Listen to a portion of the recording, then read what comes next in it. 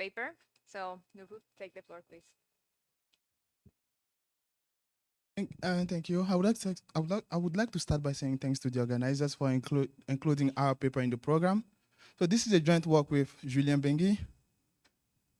And what motivates our paper is this, the left panel of this figure here.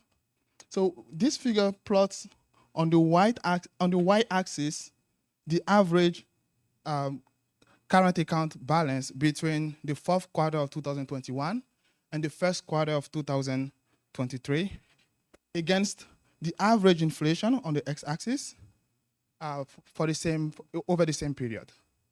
And as you can see from this graph, there is this negative and significant relationship between the current account and inflation, which suggests that over the last tightening cycle, capital has been flowing from low inflation countries toward high inflation countries.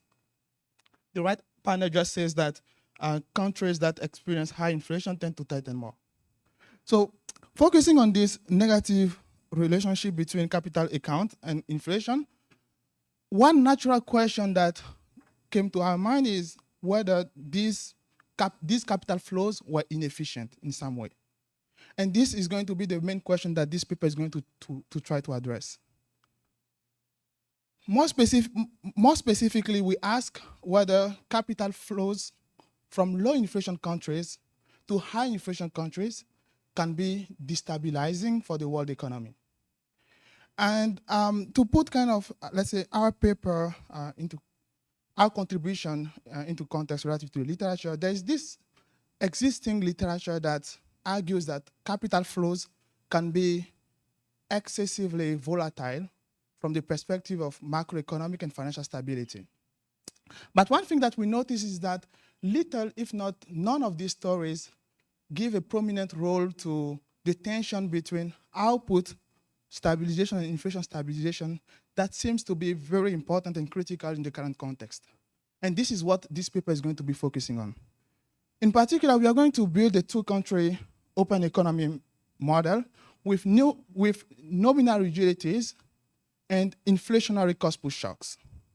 And what we are going to do is to highlight an undocumented macroeconomic externality that is going to operate through the supply side of the economy. And this macroeconomic externality will give rise to inefficient capital flows across countries. Then we are going to think about the optimal capital flow management policies in this context, and then compare the outcome under optimal capital flow management and free capital mobility from the perspective of macro stabilization and welfare. So let me give you a preview of our result, and then I'm going to jump to the model. So what we show is that in our very simple model, under free capital mobility, capital tends to flow from low inflation countries toward high inflation countries. But an optimal capital flow management policy will actually require capital to flow from high inflation countries toward low inflation countries, which means that capital flows is not only inefficient in an environment where we have high inflation, but it also topsy-turvy, meaning that it flows in the wrong direction.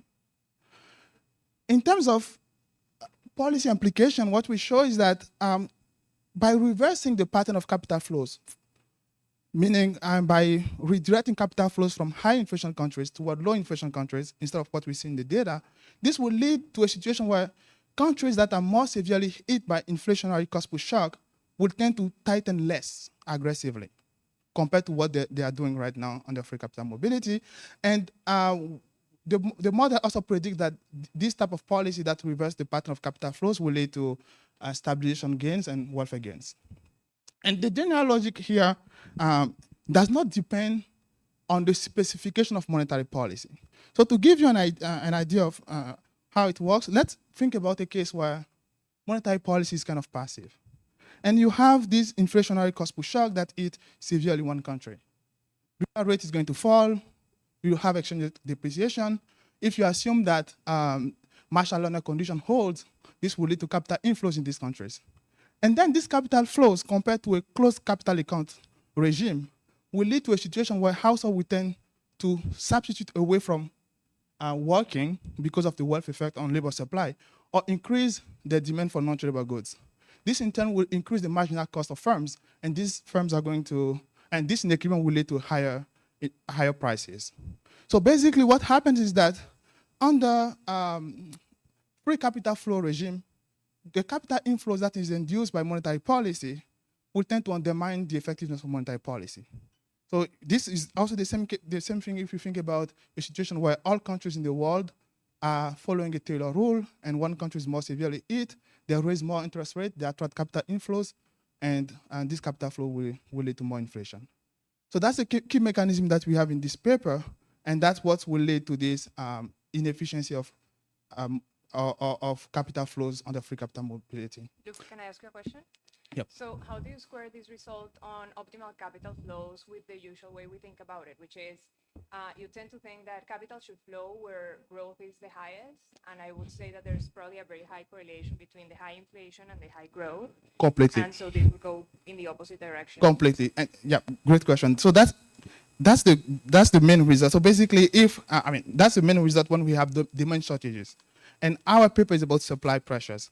So if we think about a situation where monetary policy is constrained, which is, for example, Fari and Verning theory, and monetary policy cannot close good-specific wedges, then what you want to do is to redirect wealth, just as you mentioned, toward the state of the nature where households want to spend more on the good for which the demand is the most depressed. In terms of in an open economy framework, this means that the country with the most depressed output should receive capital inflows, and this country is the one that is most severely hit by the inflationary cost push shock. So this is true in the context of demand shortages, but what we are arguing in this paper is that when monetary policy is not constrained, but actually the reason why we have inefficiency, we have low demand, is because central banks are trying to fight inflation, then we want to do the opposite. And that's because the marginal benefit from reducing the marginal cost is higher than the marginal cost of increasing the labor wage in that country. So that's kind of the main result of our paper. Sorry, Louphou. Yep. Just a clarifying question. If I understand correctly, your paper suggested might be gains from cooperation when there are asymmetric shocks. Does it have any implication when there are symmetric shocks? If there are symmetric shocks in our model, even if it's inflationary, you don't want to do anything. So, and if you used to think about, let's say, output inflation trade-off in the output inflation volatility space, what this is telling you is that when you have capital inflows, it's going to shift the policy frontier outward, and it's as if one household borrow, they impose a macroeconomic externality on other household, and they don't internalize that. So when you're a central bank, what you want to do is to make them internalize that by inducing capital outflows from this country. So for the sake of time, I'm going to skip the literature review and then jump straight to the model. So the model is going to be deterministic. There will be no uncertainty here. We'll have two countries, and in each country we'll have a continuum of households, and in each country they're going to produce one single tradable good. Households in each country are going to consume goods produced in both countries, and there will be a home bias in consumption. We are going to assume that the law of one price holds for tradables in this world. And then we are going to also introduce nominal rigidities in this model in order to give scope for monetary policy intervention. And we are going to introduce monetary policy in the form of sticky prices a la Calvo. And then in this model, we are going to assume that there is inflationary cost push shock, which leads to output inflation trade-off. Finally, for the international capital market, we are going to assume that on top of the domestic bonds, there is an international bond that pays an interest rate IB, and there's a planner that can affect the effective return that each country is going to face. So basically, under free capital mobility, the return will be equal as across countries, and under intervention in the financial market in the form of taxes, this return will be different across countries, and that will be our policy instrument. So to be more precise, let's start with the household problem in the home country. So each household here is indexed by age, but to avoid clutter here, I didn't put the age here. So household will have log preferences of consumption and disutility from working. This assumption on log preference is not crucial for the result, but it allows us to have a very simple understanding of the result. The consumption good is going to be a CS aggregate of home consumption and foreign consumption, and alpha will represent the home bias here. So in the limiting case where alpha goes to 0, it's as if the economy is closed. Household in the home country only consume their home consumption good. And when alpha is equal to half, households are going to put the same weight on both goods, and there will be no home bias. This will be our baseline case, and then we are going to move away from that later. The budget constraint of the household says here that the net variation in the financial asset position has to be equal to the difference between the total revenue and the expenditures on goods. So that's standard. D is the domestic currency bond. B is the foreign currency bond. The return on the domestic currency bond is I, and the return on the foreign currency bond is IB. And IT is going to be the policy instrument of the domestic country. For the foreign household and for the foreign country in general, it's going to be symmetric, except for the shocks that we are going to consider in this model. And we are going to denote foreign variables with this asterisk at some point.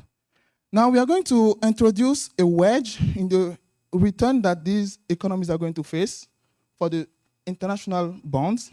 And we are going to denote by tau D the wedge between the two returns. So when tau D is equal to 0, we have free capital flows. And when tau D is different from 0, we have regulation in the international capital market in the form of taxes on financial transactions. Finally, for the baseline, I'm going to start with the case where there is no home bias in consumption. Louphou, yeah.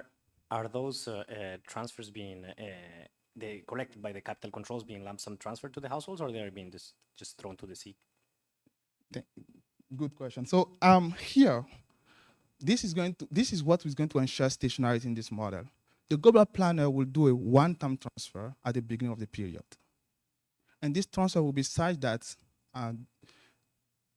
everything goes back to the initial steady state. So that there will be, this transfer is very important, and it shouldn't be thrown in the sea. Yeah. So now here's how we are going to introduce our inflationary cost push shock. It's going to be through wage markup. So we are going to assume that each household here is a monopolistic supplier of its own labor service. And this labor service is going to be aggregated by firms according to a CS aggregator with an elasticity of substitution, which will be epsilon T, which is time varying. So what it implies is that these households are going to set the wage to be a markup over the marginal cost of working, which is given by the marginal rate of substitution here. And this wage markup will be the source of the inflationary cost push shock. Finally, on the firm side. Is that symmetric, or is it in one country? So this shock will be different across countries. So if it's symmetric, there will be no role for the government to intervene in this model. And then on the firm side, we are going to assume that we have monopolistic competition, constant return to scale as it's standard in this literature. We assume price setting are Calvo, and assume that we have PCP in this model, which implies that the law of one price holds. We make this assumption for simplicity so that the key mechanism will not rely on the fact that we have deviation from the law of one price or distortion in this model. So the government in this will also have access to this standard constant subsidy that will kill monopoly power in the long run. So there will be no monopoly distortion also in the long run. So to make sure that the model is clear, let me define an equilibrium in this global economy. So it's going to be defined as follows. So for a given sequence of interest rate set by central banks in each country, and for a given international financial transaction tax, tau D, it's going to be defined by a sequence of allocation and prices. So here the wages are real wages, and ST represent the terms of trade, such that in the home country, household and firms are going to optimize. These are standard optimality conditions that we all know about. So this one here is the wage setting equation. This is our wage markup shock. And this one here is the Phillips curve, which says that inflation is going to increase when marginal cost is high.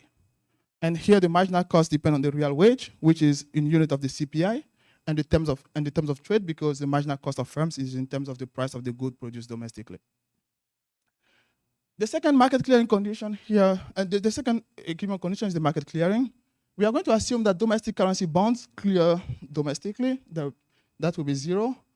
And the good market clearing condition is given by this standard equation, which says that production in the home country will increase if demand in either the home or the foreign country increases, and that's because countries households in each country consume goods produced in both countries. And of course, production also increases when the terms of trade appreciate. The law of one price holds because of our assumption of producer currency pricing, and this implies that the terms of trade in the home country is just the opposite of the terms of trade in the foreign country. And finally, the international market clearing condition will imply the following international risk sharing condition. Even there's no risk here, so let's call it international sharing condition, which says that consumption need to be equalized across countries if there is no imperfection in the international financial market.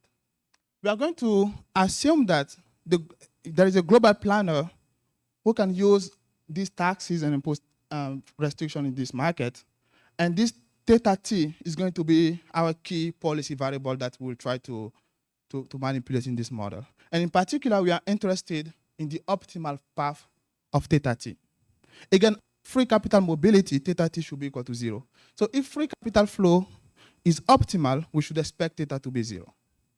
And we are going to show that that's not the case in this model. So here's how I'm going to proceed in order to think about optimal policy in this model.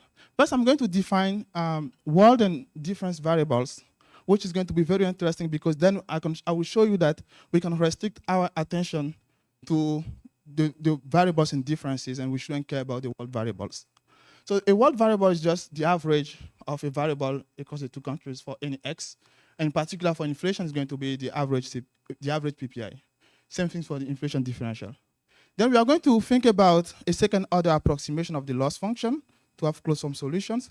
And then we are going to compare the optimal capital flow policy with the case where we restrict theta to be equal to 0 because we don't want to have imperfection in this financial market. One assumption that we make in this paper in order to reproduce the fact that we have in the data is the fact that the elasticity of substitution across domestic tradable good and foreign good is greater than 1. So this is empirically relevant, the empirically relevant case. So we have this estimate by Broder and Weinstein in which they show that the elasticity is 7 or between 7 and 17. And you have Kemuhi JP paper in which it says that this should be at least 10. So it's usually satisfying the data. So Louphou, one question. Yeah. So or maybe you comment to it. No, good. No, whether the monetary policy is being modeled as a game, each country setting their own, given what everybody else is doing, or what exactly is the equilibrium? That's important for our description. I'm going to talk about it here now. So monetary policy here is going to be set optimally from a global welfare perspective in order to show the externality. Then I'm going to deviate from that, and I'm going to assume that monetary policy can be set by tailored rules in each country, and we will still have the same result. So can I ask you a question? Yep. So, I mean, it's a little, but you're weighing each country in the same way, assuming that implicitly they have the same size? In the model, they have the same size. Right, and doesn't this matter because your tau, if you're thinking about a planner, it would map to a Pareto weight, which would represent the size of each country, and that would matter a ton for where the capital flows go at the end, right? So that Completely. I mean, so here, if we think about a planner who is not thinking about Pareto improving allocation, it shouldn't really matter. You're going to maximize the average can be the utilitarian thing with the weight of the country, and you'll still have the same result, just that the level of the tax will be different because the weight is different. So the tax level will be different, tax differential level. In particular, if one country, the size of one country is close to 1 and the other one is 0, then you want to impose 0 taxes. But as you move away from 0, 1, you'll always have this same implication. Now, if we think about Pareto improving one, then we need a transfer in order to implement the allocation. Louphou, Yeah. there is something I don't understand. These nominal interest rates, your exchange rate is a ratio of the CPIs, that they have the stickiness in the two countries. And then you have deviations that are possible among the interest rates, but I would have thought that you're going to have interest rate, in a perfect foresight model, you're going to have interest rate parity with a spot market for the exchange rate, with the floating exchange rate, like these asymmetries in the shocks were going to be reflected in the spot exchange rate that is flexible, that might differ from the one that you define through the ratio of the CPIs. And I don't see that the interest rate parity condition with the exchange rate in the model. So I didn't show that condition, but if you equate, you have the no arbitrage condition in each country in terms of domestic bond and international bond, and you equate the two equation interest parity condition, it will tell you that you want the interest rate in the domestic country, and let's say the interest rate IB, or the exchange rate, plus the variation in the interest rate in the exchange rate plus the foreign interest rate has to be equal to the domestic interest rate plus the tax wage, because there is a tax here. So that will be the interest parity condition. Basically, it's a standard UIP condition which says that if I take the return in the foreign country, in the foreign currency, once I correct for the exchange rate, it has to be equal to the domestic return on the same asset. Yeah. So that will always hold in this model. So here I'm not talking about the exchange rate, because the exchange rate will be an adjustment variable that will always make this condition hold. So once I define all the equilibrium object using the UIP condition or the interest parity condition, you can recover what will be the exchange rate level. So that's why I didn't talk about it, because it's just a variable that I'm going to use to back up whatever I want to, any question that I'm going to put. So here's the loss function. It's your classical loss function. You have the world output gap, inflation, and this one is the same one in different terms.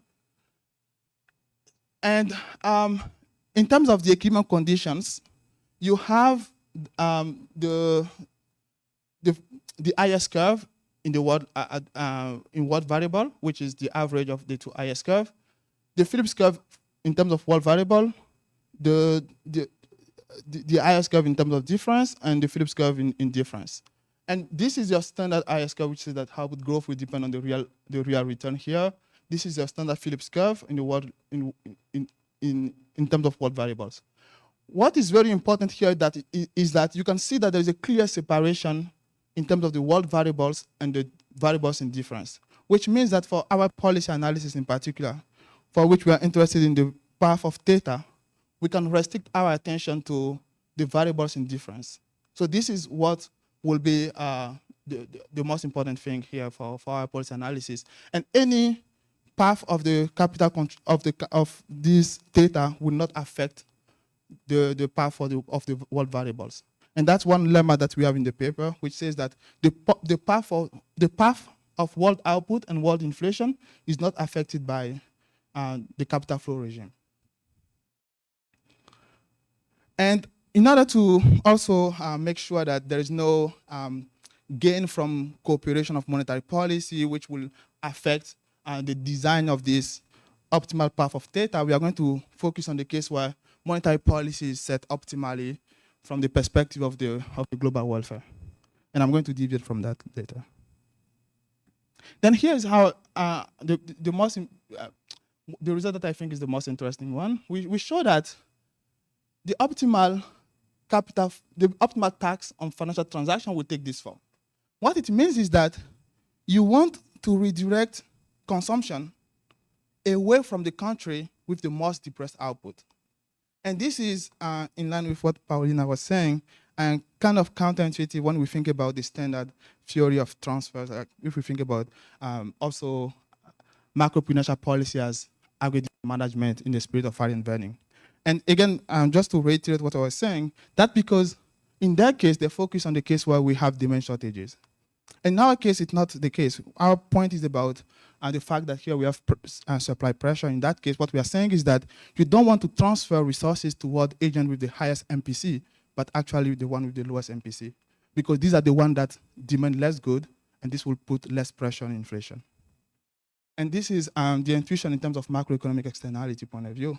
So you want, again, you want the agent who, or the household would demand less good to have more inflows so that inflation doesn't go up a lot. And here what I'm doing is that I'm using just an envelope condition in order to think about the marginal benefits from deviating from free capital flows. This variable here is the co-state on the New Kensington-Phillips curve in difference. And this one here is the marginal benefit of an increase in capital flows on the marginal cost.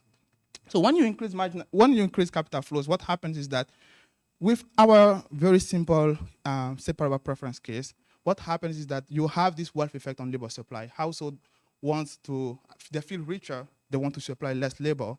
The real wage goes up, firms face higher marginal cost, so they want to increase prices. And this is going to lead to more inflation. So if you transfer resources toward the country with the most depressed output, which is the countries with the highest inflation, this will fuel more inflation and undermine the effectiveness of the monetary policy. So the optimal policy here will be a policy where the global planner will want to redirect capital flows actually away from the country with the most depressed output. And how externality here is different from your standard aggregate demand externality, because it doesn't operate through, it does operate through relative prices. So in this simple model where we don't have non-tradable goods, if we assume that wages are perfectly rigid, there will be no externality. But in an extension of our paper where we have non-tradable goods, we show that actually we can assume GHH preferences kill the wealth effect on labor supply and still have the same effect. So look for one question. Yep. The welfare weight on inflation, epsilon, does it matter for this? It does matter. So if I set it to 0, for example, just to have the intuition.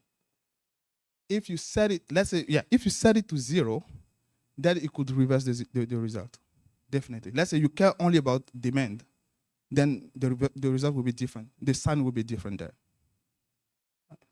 Thank you. So here is the path of capital flows in this framework. Under free capital mobility, it depends on this elasticity, and that's why we need this assumption to get what we have in the data. Under optimal capital flow management, we have that capital has to flow from the high inflation country toward the low inflation country, and that's always true in this model. So our assumption that eta is greater than 1 implies that the Marshall-Lerner condition holds. So when you have asymmetric shock and the terms of trade or exchange rate appreciate in one country, this will lead to capital outflows in this country. And this is what we need in order to get what we have in the first plot that I show in the model. So basically, our model under this assumption says that under free capital mobility, capital is going to flow from low inflation countries toward high inflation countries, and the optimal capital flow management policy will require capital to flow from the country with the highest inflation toward the low inflation country. So now I'm going to deviate a little bit from the no home bias case and consider now the case where we have home bias in consumption.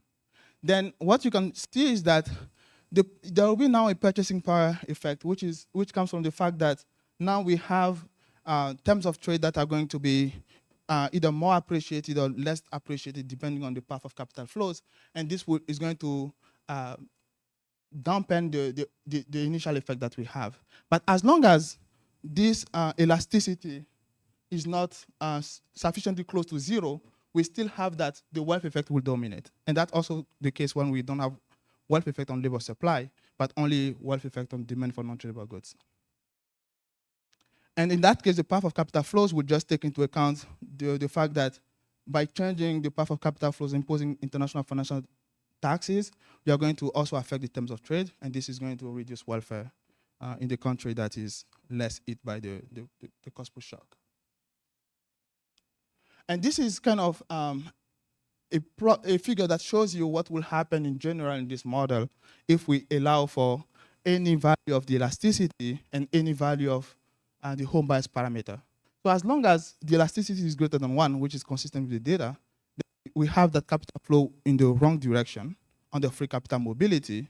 Otherwise, we will have that capital flow will be inefficient, but will flow in the wrong in the right direction from high inflation country to a low inflation country. However, this case is not consistent with the data, and this one is more consistent with the data.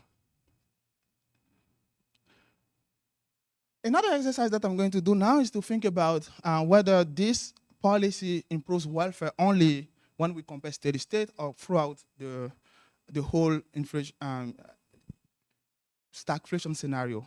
So what I'm going to do is that I'm going to construct a very simple stagflation scenario in which some countries are hit, or one country is hit here by an inflationary cost push shock, which is going to be which just means that in one country you have a higher wage markup compared to the other one. And I'm going to compare the path of output and inflation under the two regimes. So in particular, what I'm going to do here is to assume that in the home country, we have an inflationary cost push shock, and in the foreign country, we don't have any inflationary cost push shock. Then in that case, what we show in the paper is that we can represent this economy. So basically, it's first saddle path stable, and we can represent that in this phase diagram. So what I'm showing you here is just the phase diagram. So you have here, so basically, if you think about the locus for output growth equals 0, it's going to be given by the fact that pi d has to be equal to 0. And if you think about the locus for inflation growth equals 0, so stable inflation targeting, it's going to be given by this upward sloping line that we have here. And the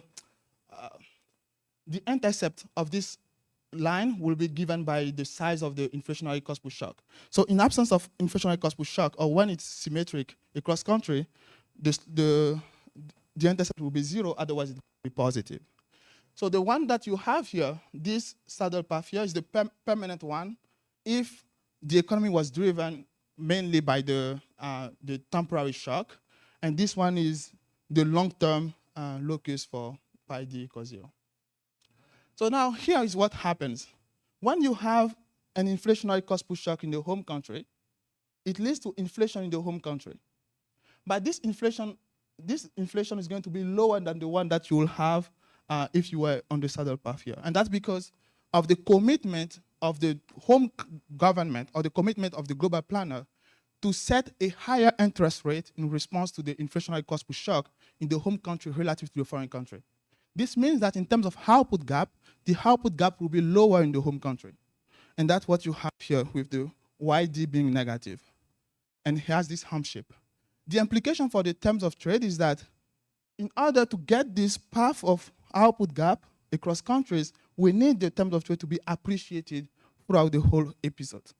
So this leads to a situation where you have a terms of trade that is more appreciated in the country that is experiencing this type of shocks, and it misaligned throughout the whole episode. Now, what happens if we use our optimal capital flow optimal capital flow taxes to redirect capital flows away from the country that is severely hit by the cost push shock? Then it's going to change this locus in two ways. First, it's going to change the intercept and also the slope, which is going to be steeper. So what happens is that you can see now that looking at this path for inflation and output, that it's less, you have less inflation differential across here when you look at the case under optimal capital flow regime, and also output gap is less important, which means that you have stabilization gains not only on impact here, but also throughout the whole episode. So this policy is going to improve welfare throughout the transition. Now, the last thing that I'm going to do in order to, in this presentation, is to think about a situation where monetary policy now is not set in a coordinated fashion in order to maximize global welfare. So suppose that each country is following a standard Taylor rule, which in this model is really not optimal because it doesn't have, it's targeting the CPI. So we are using just what is the most common Taylor rule in this literature. And then we are going to set the parameters to be also what people have in the literature in general. We are going to consider a mean reverting cost push shock in the home country. And the other parameter will be calibrated according to what we have in the literature. And for the elasticity, in order to minimize the welfare gain from our policy, we are going to take the lower bound of the empirical estimate. We are going to compare free capital flow regime and the optimal capital flow taxes, which is going to be determined by this rule, which comes from our model. And here is what happens to these countries once the home country is hit by a stronger inflationary cost push shock. So you have that the home country is going to respond by tightening a lot, which will lead to a negative output gap. However, they are not going to bring inflation completely down to zero. And in the foreign country, you will have that foreign inflation is going to be relatively stabilized, and you'll have a boom in this country. And the terms of trade, as I said before, is going to be appreciated throughout this event analysis. And you have that capital is also flowing toward the country that is more severely hit here, the home country. Now, if we implement our policy, then this country, the home country, is going to experience capital outflows because the net export is going to be positive. And this is going to lead to a situation where the output gap is going to be lower there. Inflation is going to be reduced by 2%, and we'll have output gap that is also reduced. In terms of policy, in terms of interest rate policies, what it implies is that you will have that the home country will tighten less, and the gap here is 2%. So what it means is that if we have an inflationary cost push shock, that leads to an increase in inflation in the home country by about 8%, which is what we saw in most advanced economies. They would have tightened up less by 2% less if they were to redirect capital flows away from the countries toward the countries that are less severely hit. And in terms of welfare, we show that the welfare gain is about 0.04% of permanent consumption under this calibration where we use the lower bound for the elasticity. And when we go up to the upper bound, as in Kemuhi paper, we find that the welfare gain can be larger than 0.1% of permanent consumption. Sorry, Louphou. Yeah. Just a question. If we had the DCP in this model, would this effect be smaller? It will be smaller, definitely.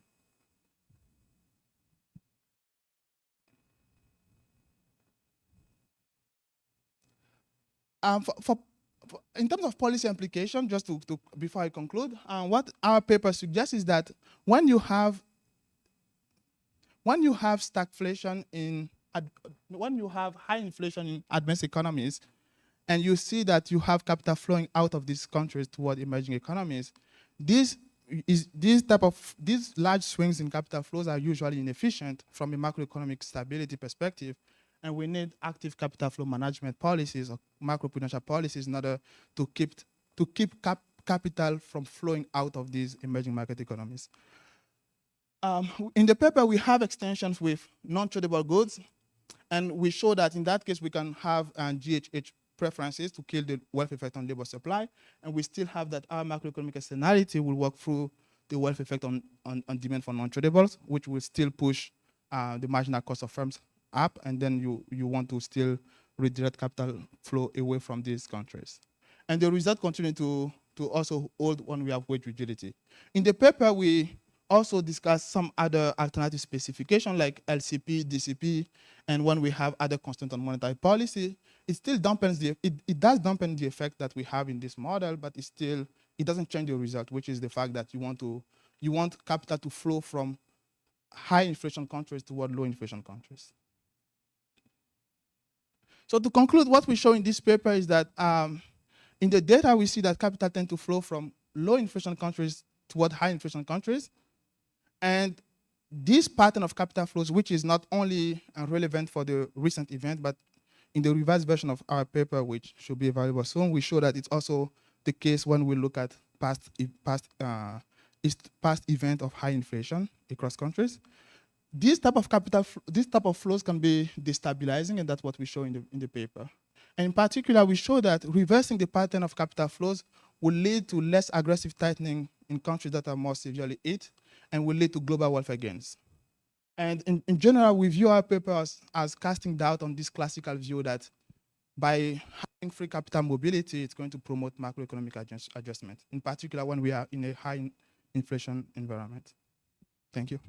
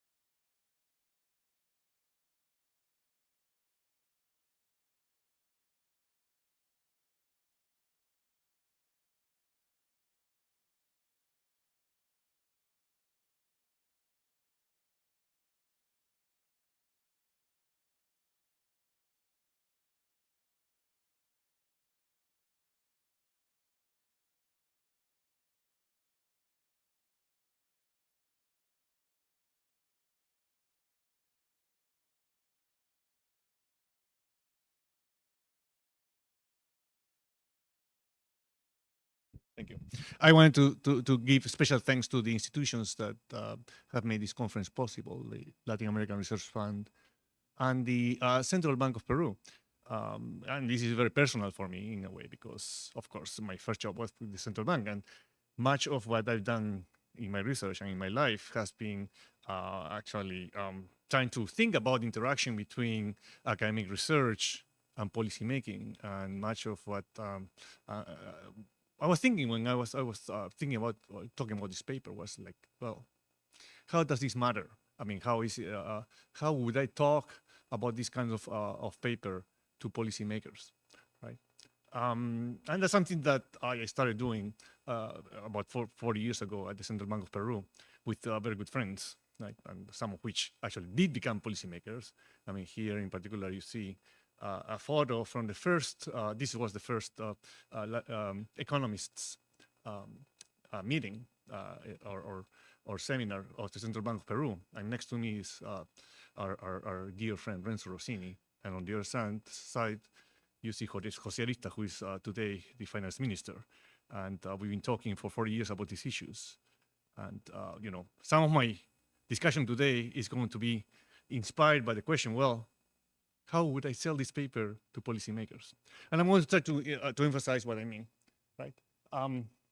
Okay, so let's actually go back to a quick summary of the paper, right? So it is observed in the paper that in recent inflationary episodes, those countries that had high inflation also had larger current account deficits. So they borrowed. And then the questions that are asked in the paper are, well, one, is this pattern consistent with relatively standard models? And two, whether that pattern in some sense denotes something that is wrong. In particular, whether there is some need for policy intervention. And in this case, I guess that the intervention that we're talking about is capital controls. And the answers in the paper are both positive, right? Which is, especially with respect to the second question, very surprising, right? So, but just to emphasize, you know, these are the two main graphs with data in the paper, right? The one on the left is essentially the one that is, I guess, the main motivation of the paper, that says that countries that have higher inflation, right, had higher deficits. So inflation is on the horizontal, surpluses, current account surpluses are measured along the vertical axis, right? One suggestion at this point is that in order to be consistent with the argument of the paper, it would be very helpful to have also a graph of the current account versus the output gaps, right? Because the paper has definite predictions about that relationships. But in any case, so what does the paper do? Essentially, the paper is going to set up a very standard model, right? It's actually a model that's very close to the one in the older Oswald-Rogoff textbook, the Redux model, right? With some differences. For example, instead of having like predetermined prices, it has like Calvo pricing and so on. And the model is given in continuous time, which is actually a very odd choice to me, because, you know, there's not much that you get from that difference. But in any case, it is a fairly standard dynamic New Keynesian model, right? And then that model is examined under the assumption that there's this what's called an MIT shock, right? An anticipated supply shock in this case that hits the home country. And the paper asks, well, let's actually think about what the optimal monetary policy would be with and without the possibility of optimal capital controls, right? So this, the first regime without capital controls is called free capital mobility, and the second one, managed capital flows. Now I'm going to actually at this point notice the meaning of optimal, talking about what the meaning of optimal is defined with reference to some measure of world welfare. And this is actually defined, assumed to be just the sum of countries' welfare, right? Aside from the fact that there are other assumptions that may be quite strict, like full cooperation and full commitment. But the claims are, well, you know, under free capital mobility, that is, you would get the answer that you might expect. The home country, which is the country that is experiencing the adverse supply shock, would borrow from the other one, presumably for consumption smoothing to cushion the blow, and therefore it must run a current account deficit. But then the paper claims, well, if you have managed capital flows, right, the result is reversed, which means that the country that is hit by the bad shock should in fact not only have higher inflation, but also it would be optimal for that country to reduce demand so that that country would be lending to the country that has not been hit by the shock, right? So the home country would run a trade surplus, which is quite surprising. And the I guess the explanation for this is that, well, what happens is the capital inflows into the home country in this case would increase marginal production costs, for example, because of wealth effects in labor supply, right? And in so doing, it worsens the inflation and employment trade-off for the affected country. I mean, that's essentially the idea, right? Now, again, for a world viewpoint, it would be welfare improving for capital flows to be moving in the opposite direction, right? So the basic framework for the analysis was well described by Louphou, right?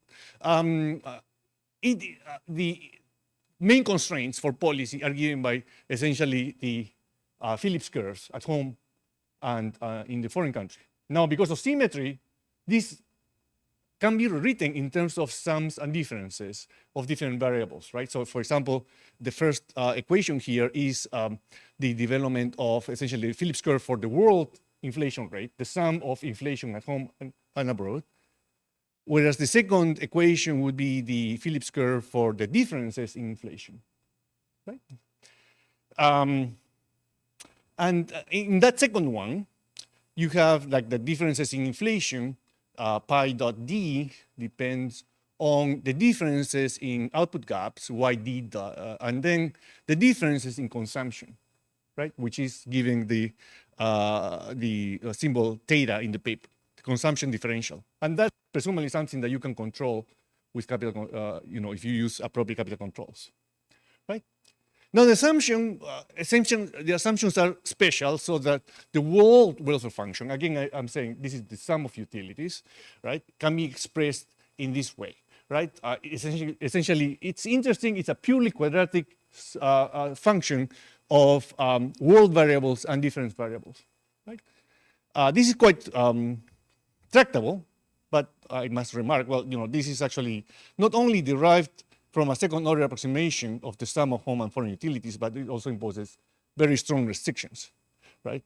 For example, there's an optimal subsidy in steady state. The payoff is that there are no linear terms, but this is actually not really necessary. I mean, by now we have a lot of work by especially Alan Sutherland and Benigno, for example, that shows us how to deal with the case in which you don't have to do all of this, right? Okay, so under free capital mobility, the optimal policy is derived, and it is essentially what you might get, right? Essentially, the interesting part is that in the trade balance would say that the trade surplus of the home country would be a positively related to the differences in output gaps, right? So in this case, the country that has the lowest output would actually run a trade deficit, right? So that's what you would expect. If you have the lower output, then you would borrow from the other country. Now, the main result of the paper, in some sense, is this one that says, well, if you have like managed capital flows, then you obtain that the optimal rule says that the differential consumption should be positively related to the differential in output. Right? And this is the surprising part because they say that the country that has lower output should also have lower consumption, right? And therefore, that's what actually would reverse the trade balance result. Now, let me just give you a 30-second proof of that. I mean, this, in the paper, you know, the proofs are not given because presumably, the proof is actually quite simple. You know, if you use a variational argument, because of time, I'm going to skip that. But I'm going to go to the question of what exactly is going on here, right? What's going on here is that if you can control consumption and output differentials, essentially the managed capital policy is going to try to balance those differentials, right? Now, by doing that, you can raise the sum of utilities, right? But it's not clear exactly what the distributional aspects of that policy are on the home and the foreign country in terms of welfare. In fact, if you think about the results, it's not clear that the managed flows policy is Pareto superior to the free capital flow policy, right? And in fact, as far as I can say, the managed capital flow policy would make the home country, or could make the home country worse off related to free capital mobility. How is that possible? Because under the assumptions made in the paper, essentially of transferable utility, right, then a policy that makes the home country worse off related to free capital flow can be compensated for by making the foreign country better off, right? And the sum would increase, right? So actually this points out to the need to examine the welfare consequences of each country for each country in isolation, not only the overall welfare effect, in order to think about, you know, what is the, I guess, the importance or the applicability of the paper, right? So just to conclude, therefore, you know, what I can consider to be a good contribution of the paper, a useful contribution, is the observation that, well, you know, capital inflows do, for a country that is hit by an adverse capital shock, capital inflows may complicate the inflation and employment trade-off, and that paper, this paper illustrates the idea in a simple and relatively attractive framework. Now, the model is very special. It's very clear that a lot of these restrictions are essential for the kinds of results that the paper gets. But most importantly, the assumption that there is an obvious measure of welfare, that is the sum of utility, is very unpalatable to me, right? The idea is that, well, you know, if falling utility in one country can be compensated by increasing utility in the other country, right? It's very hard to sell in practice, right? How will you tell, for example, home agents that they have to cut consumption even more, right? Because, you know, they would be more compensated by increases in by the gain on foreigners. I mean, that's something that in practice, presumably, you know, no policymaker would be able to sell to their population, right? So in any case, because I'm done, thank you very much.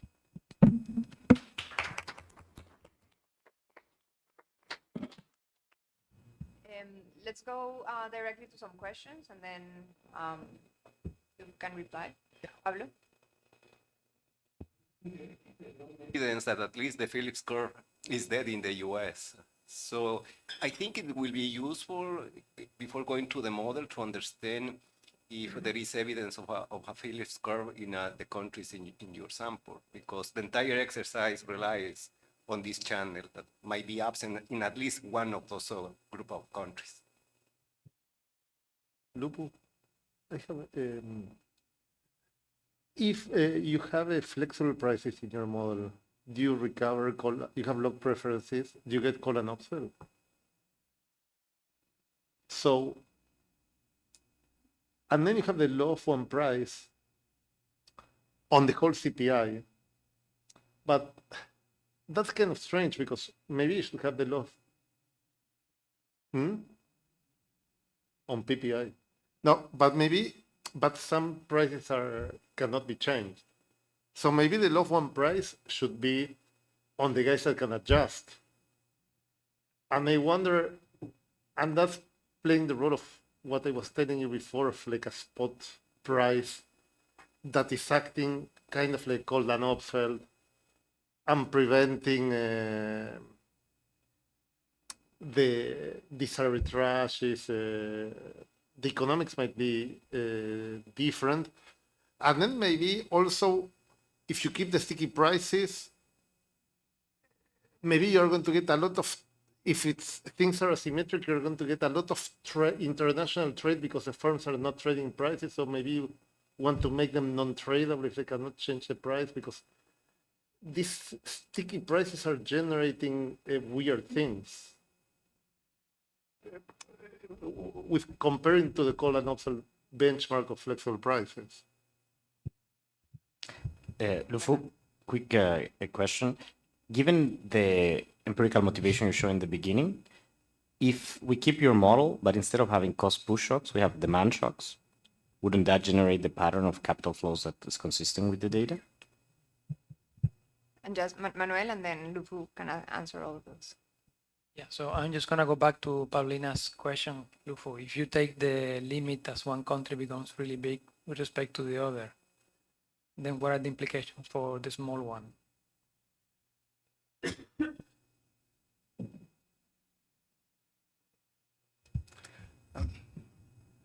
Thank you, Roberto, for a great discussion. I will start by responding to some of your comments. We don't rely on these assumptions that we have on preferences. In the first version of the paper, we had more general preferences like CRA and all these things. At first, we didn't even have structure on that. It makes the analysis more complicated in terms of the derivation, but then change the result. In particular, this idea that capital has to flow from high inflation country to a low inflation country does not depend on preferences. The one on the free capital mobility does depend on the elasticities. And the relevant elasticity in the general model without structure and preferences will be the ratio between the elasticity of substitution between the two goods across countries and the intertemporal elasticity of substitution. So under standard parametrization, where we assume that the risk aversion for CRA is greater than 1, eta greater than 1 is enough. And if I take some well-calibrated empirical thing like Kemuhi stuff, you have eta equals 10, then it means that you need also to be risk neutral, which is not realistic in order to reverse the result. And again, this is only when it comes to matching the pattern in the data.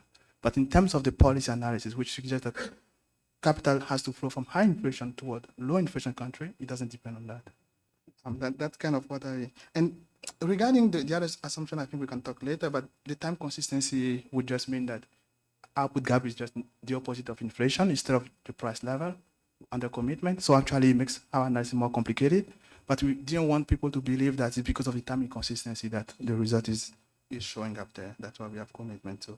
Same thing for the Pareto one. I think that's a very good and that's a very important comment. So in the paper we have one thing that I think was misunderstood is that the home country is never worse off. The home country actually is always better off, even though you are redirecting capital flow away from this country. And you can see that in the quantitative analysis. The country that could be worse off is the foreign country, which is getting these capital inflows. But in order for the country to be better off, what we show, we have a footnote, and we should flesh out that, and I agree with that, is that if you allow the global planner to have a transfer at date 0, it can always ensure that the foreign country has at least the welfare that he has under free capital mobility, which means that under bargaining and all these things, you can still get that as long as you give them an instrument, which is a transfer at date 0. But now to try to respond to the other comment, in the paper, and I think as long as we have PCP, not LCP or DCP, under the Colosfer parametrization, you have the standard Colosfer result that if the elasticities are equal to each other, which is equal to 0, there's no capital flows, so there's no role for policy. That's always true.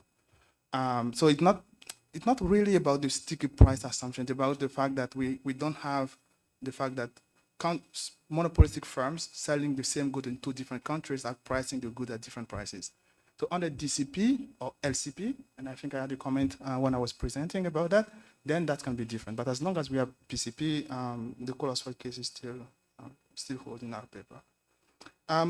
Regarding the weight that we put on countries, so here we assume half because we think it's an elegant way to write the paper, but we can have different weight, and in that case, in the welfare, we need the same weight that we will put on countries. So it's utilitarian, basically, the way we do that.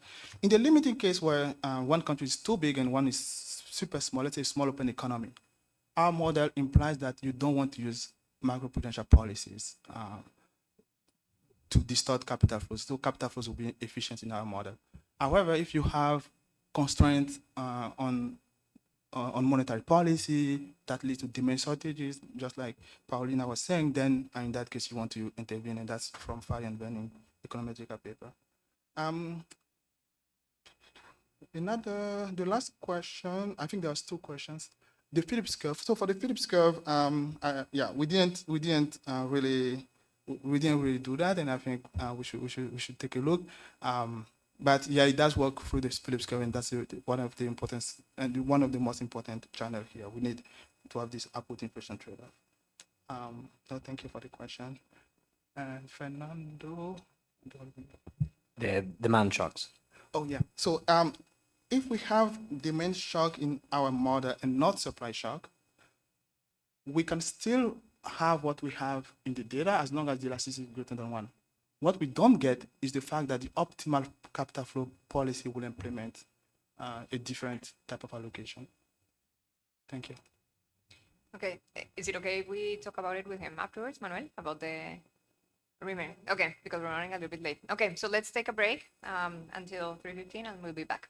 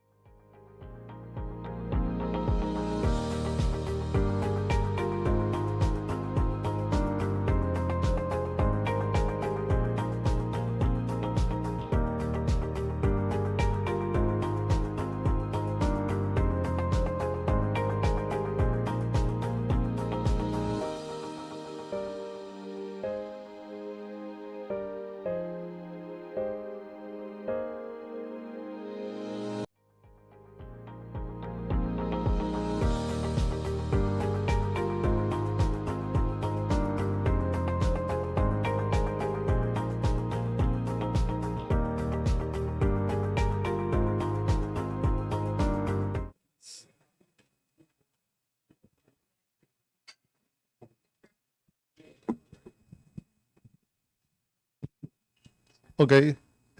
Hello. Thanks to the organizers for the privilege of presenting, and to NBER, FLAR, and the Banco Central for making this possible. I think all of us are very thankful to Jota and to the Central Bank, Julio, Paul, Adrian, for making this possible. So thank you. So this is a paper that you'll see some similarities to Argentina. I actually did it because I was working with the government of Ethiopia, but it's kind of many countries have share the features that I'm going to show you. In essence, the idea is that some countries at some point finance expenditure by printing money. So you like to print money, but you don't like inflation. So what do? You fix exchange rate. And if you print money to finance the government and you fix exchange rate, what's going to happen? The exchange rate regime will blow up like Krugman taught us, right? But the pegger that likes to print the money doesn't like that. So what do? They try to prolong the peg. How do they do it?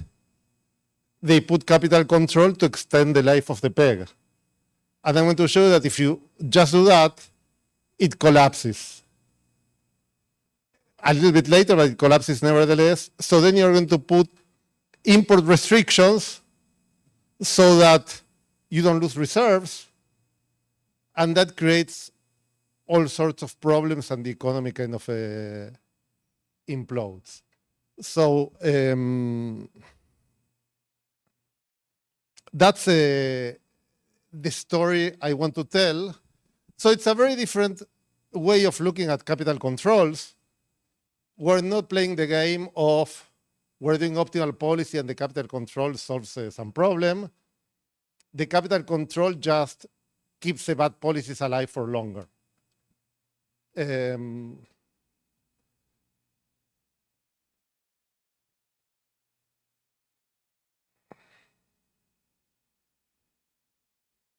So when you put the capital I'm going to skip this. I'm going to explain you later. I want to finish early because Federico and I have to catch a plane. So this is the prevalence of multiple exchange rates that are a symptom of capital control from an old paper of Carmen Reinhardt and Ken Rogoff. I'm just going to show you a couple of pictures to show you what I have in mind. This is Afghanistan. This is from a database that Ethan Ilsetsky gave me that they put together with Carmen and Ken. So look at okay. Yeah, I have to be able to manage this. So Afghanistan had capital controls for 40 years, okay? I picked it because it's with A and it's the first one in the database and it looks kind of nice for what I want to say.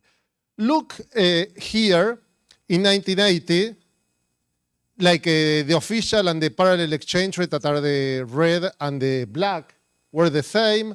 The blue, that is the black market premium, is 0. And then the red line, that is the official exchange rate, is fixed. And this one goes up and up and up and up and up and up. And this is like multiplied by 1,000, okay? In 20 years, they multiply the prices by 1,000, they multiplied by 5 per year, and the exchange rate was fixed, okay? So how can you make that last?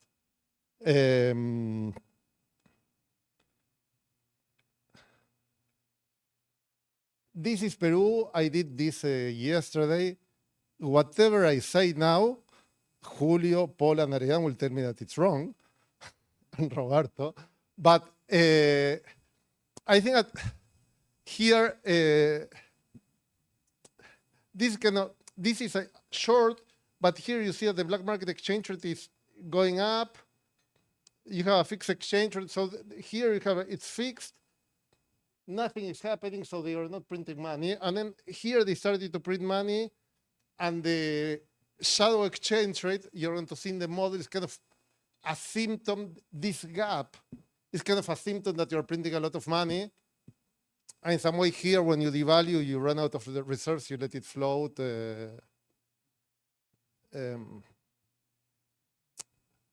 And then these gaps were kind of small. It's a very different picture in Peru than in Afghanistan. And many countries have different stories where over lunch talking about interpreting Bolivia that is having a similar situation, but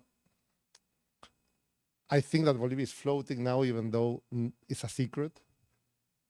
And So Andy, what's the point of that? The previous plot? What are you trying to say with that one? with these plots, No, not Afghanistan. The Peru? The Peru.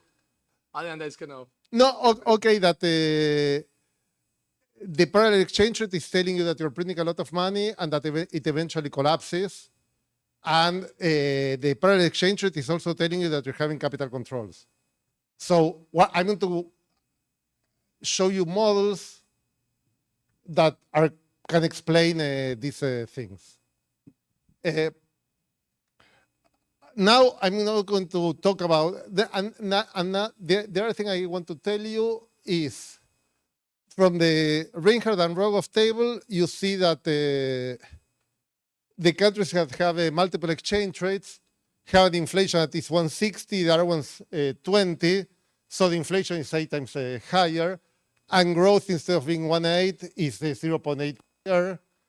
And then yesterday I was talking to Federico, who was doing growth regressions when he was younger, and he told me to look at this paper by Barron Lee, where they have the parallel market premium as an explanation of growth with this coefficient of minus 0.03. The variance of the black market premium was around 20%. So that and they did this with 10-year averages, which means that the black market premium kind of explains that growth falls by 0.6 per year, one standard deviation. There are many problems with these things. They are just correlations. I don't want to say anything about causation or anything of the sort. The only thing I use this as motivating evidence because I want to tell you a story in which at some point the capital controls reduce growth. So I'm going to start explaining how we model capital controls. Then I'm going to do a model of capital controls with free trade.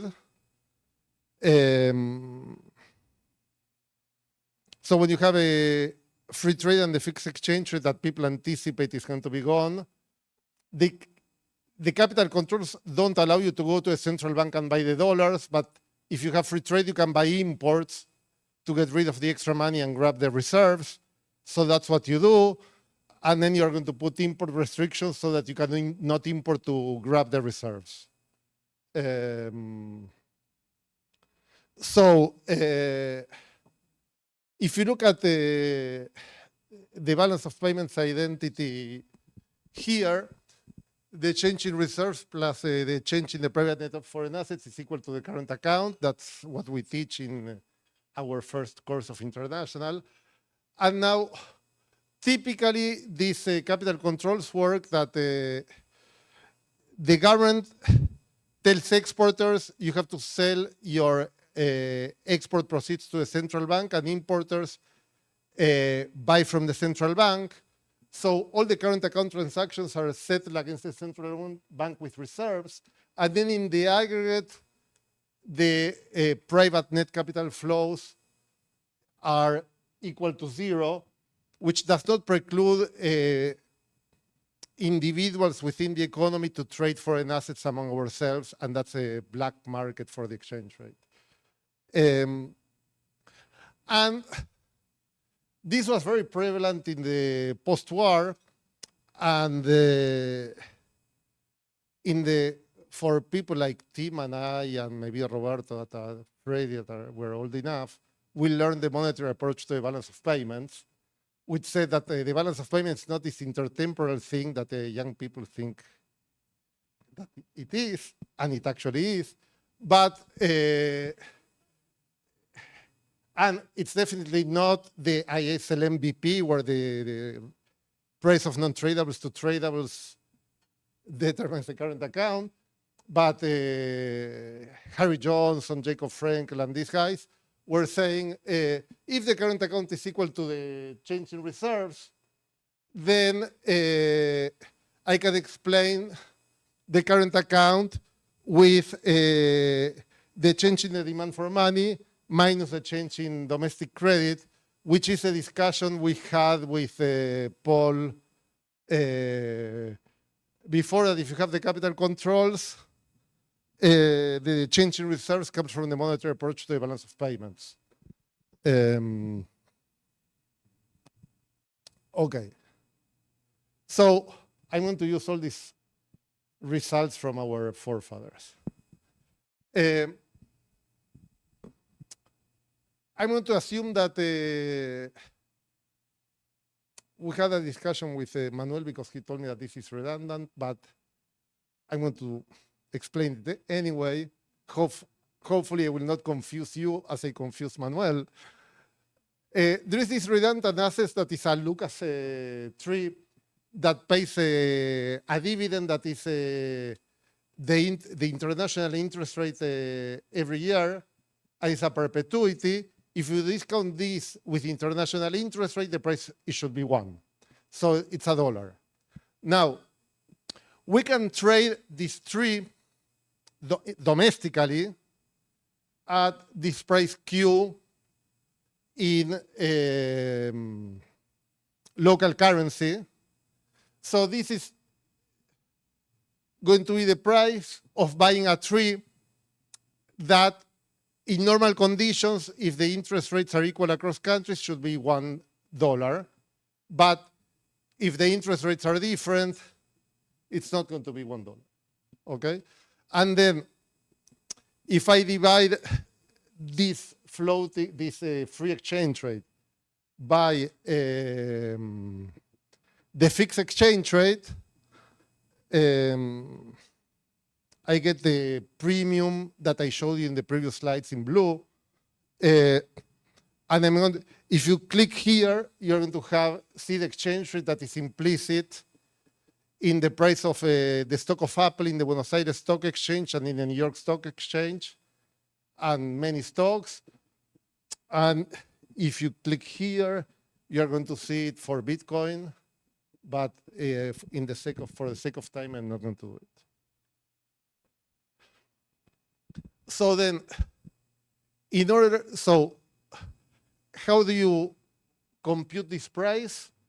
You're going to have a nominal interest rate, the fruit times the exchange rate divided by the price of the tree is the dividend as a fraction of the price.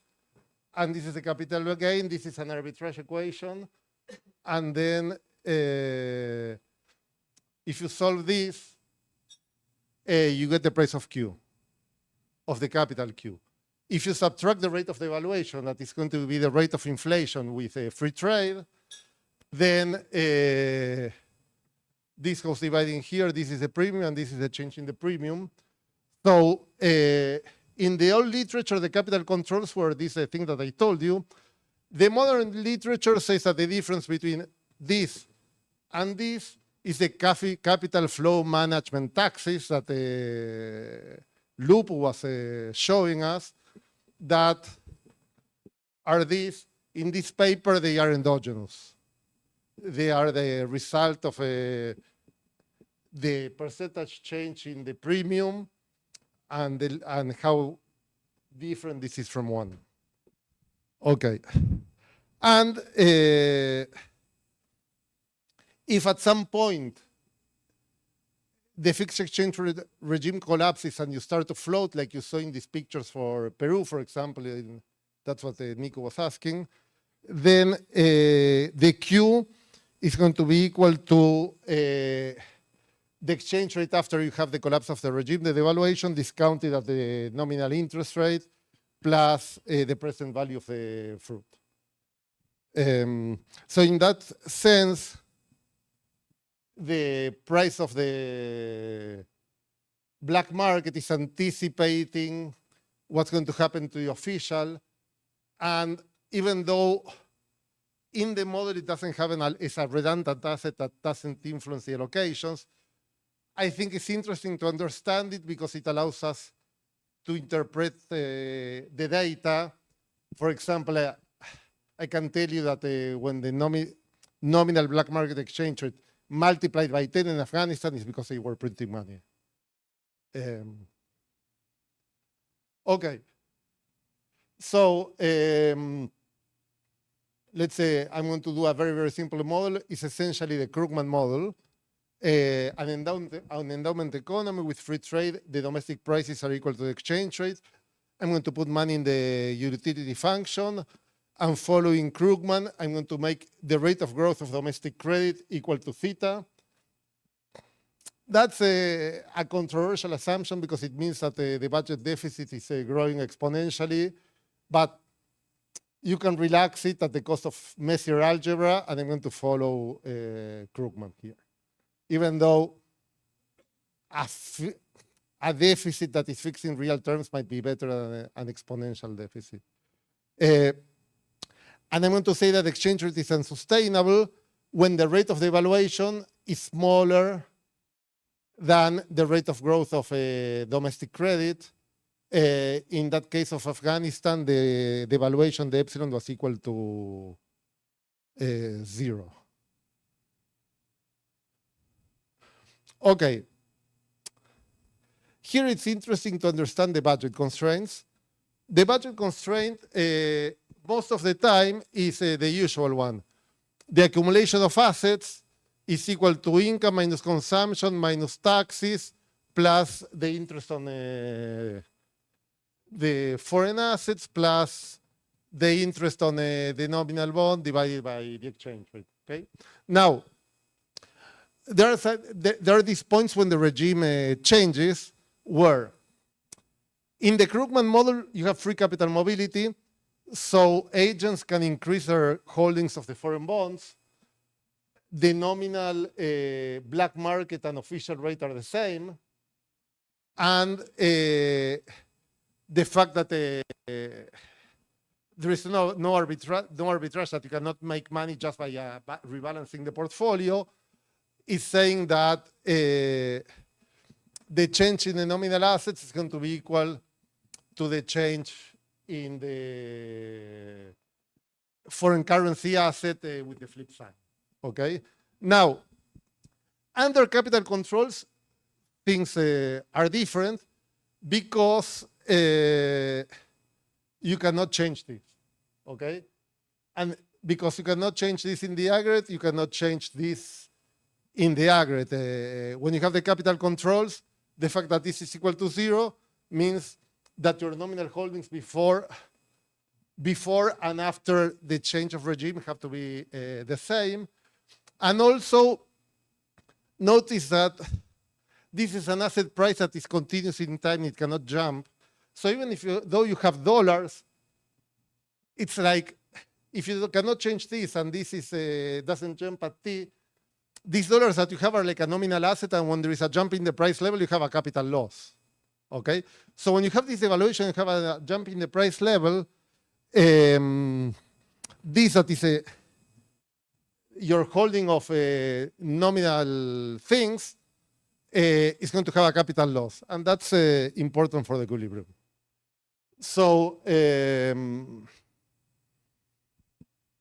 if you write the wealth accumulation in real terms, the wealth accumulation is equal to the interest on what you had before, but this is at the domestic interest rate.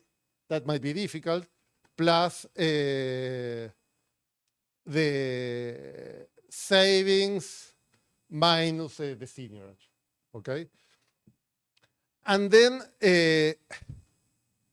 if you have the capital controls and there is the devaluation that you don't have it in the Krugman model, then on this nominal wealth, you're going to have a capital loss because of the devaluation that is perfectly anticipated, okay?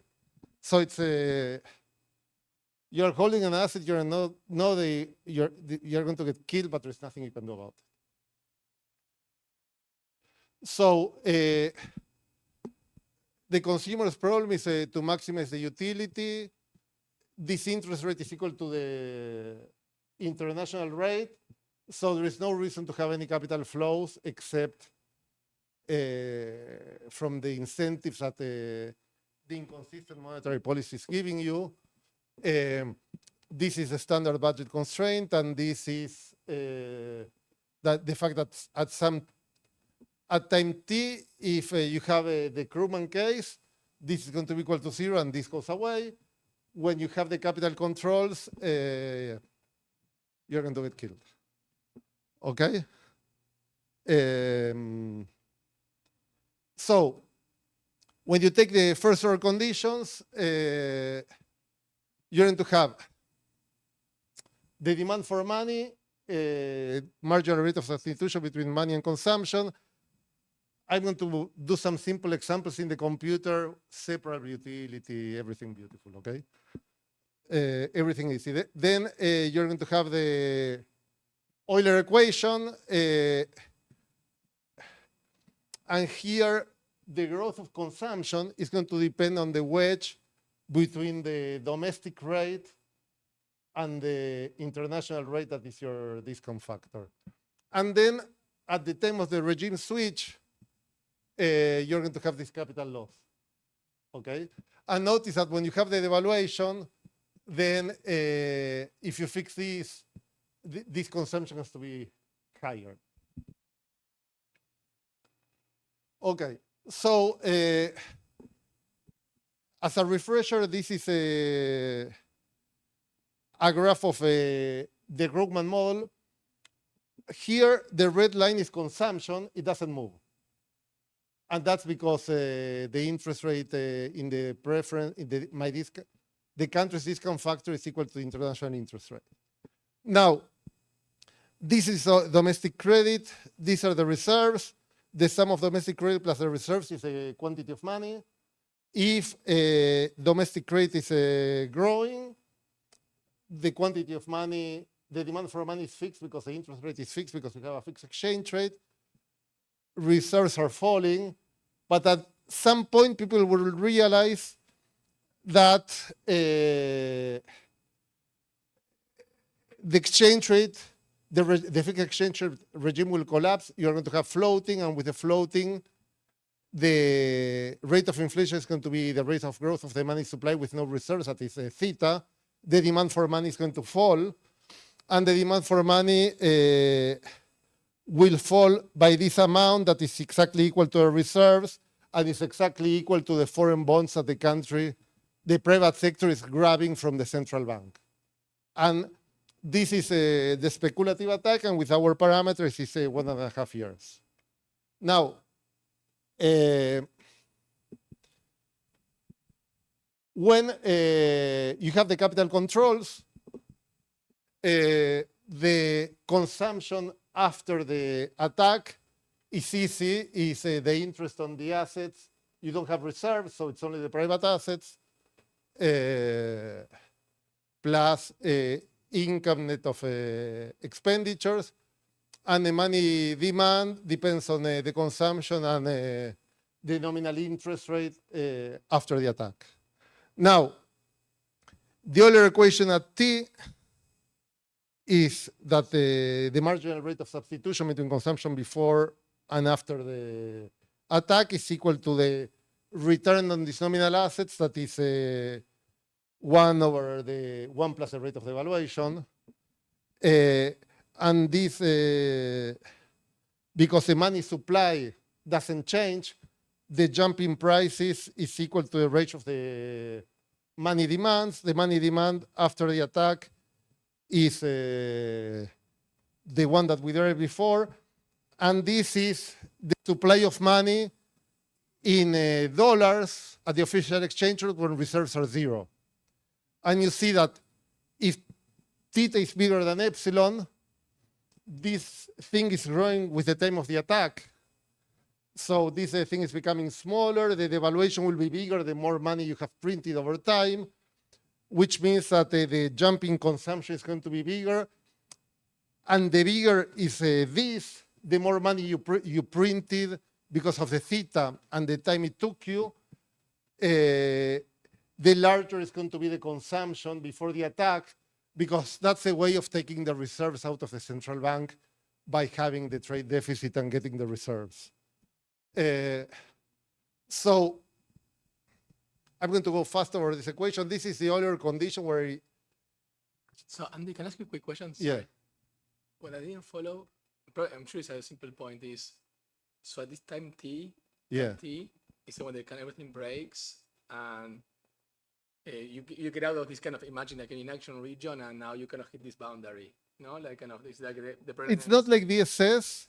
I'm going to tell you how to compute it now. But my question is, why it has to hold in derivatives and not in the level? What I don't understand is, kind of in the way I'm thinking about it, okay, there's something that has to hold at that moment. It seems that what holds is the Euler equation at that point, but why not the value that we should hold at that point? I don't. You can break the problem in the. You have a value function. It looks like a smooth You have like thing. two Let's talk about the technicalities later. Whatever. There is a way of doing that funny Euler equation, breaking the problem in two. There is one. That's what your question is the reason why Manuel thinks we should do it in discrete time. So this equation here is just the monetary approach to the balance of payments that I showed you before. This is the Euler equation. So this is a system where I replace the real interest rate by the nominal here minus the rate of devaluation is the real. So if I solve it for C and for M, this is two differential equations. I will get the I and the rho, okay? And then I got the C from these two equations. I put it here. This is the current account. This is because the private sector assets are fixed. This is equal to the reserves. And I'm going to use this to keep track of when reserves get to 0. And that is going to give me the time of the collapse. Okay? So I'm going to need one boundary condition for each differential equation plus a condition that will tell me when reserves are 0 and the regime collapses, which is going to be the initial assets, the initial reserves. This is the Euler condition linking the end of the pre-collapse regime with what happens afterwards, and this is fixed by the equilibrium afterwards. And this is when reserves are equal to 0. Better? So this is the equilibrium. Domestic credit is going up the same as before, but now consumption is going up and you're going to have a trade deficit to grab the reserves. In order for this to happen, the interest rate is going to be going up to justify the Euler equation. And because the interest rate is going up, the money demand is falling. And the difference between domestic credit and the money demand are the reserves that are falling. And the regime collapses after 2 years, which is later than what we had before. And if you look at the asset prices, this is the fixed exchange rate in red, and this is the devaluation, and then it grows at theta. Then the shadow exchange rate is this one. and it has a smooth space thing with the other one. And the nominal interest rate is higher than before. It grows, and when the money demand falls, there is a jump in the nominal interest rate. Okay? So an interesting question that I couldn't solve and trying to solve is, can you do open market operations by which you issue domestic debt, you make the theta equal to epsilon so you don't print the money, but then you have the unpleasant monetary arithmetic because you have to print the money later. But here, the interest rates are very high, so that might really be unpleasant and bring things forward. So, and change the real interest rates too. So, what is the effect of open market operations to deal with this is an open question. Okay, so now, this equilibrium that I described to you is very nasty because there is this point T that no politician likes.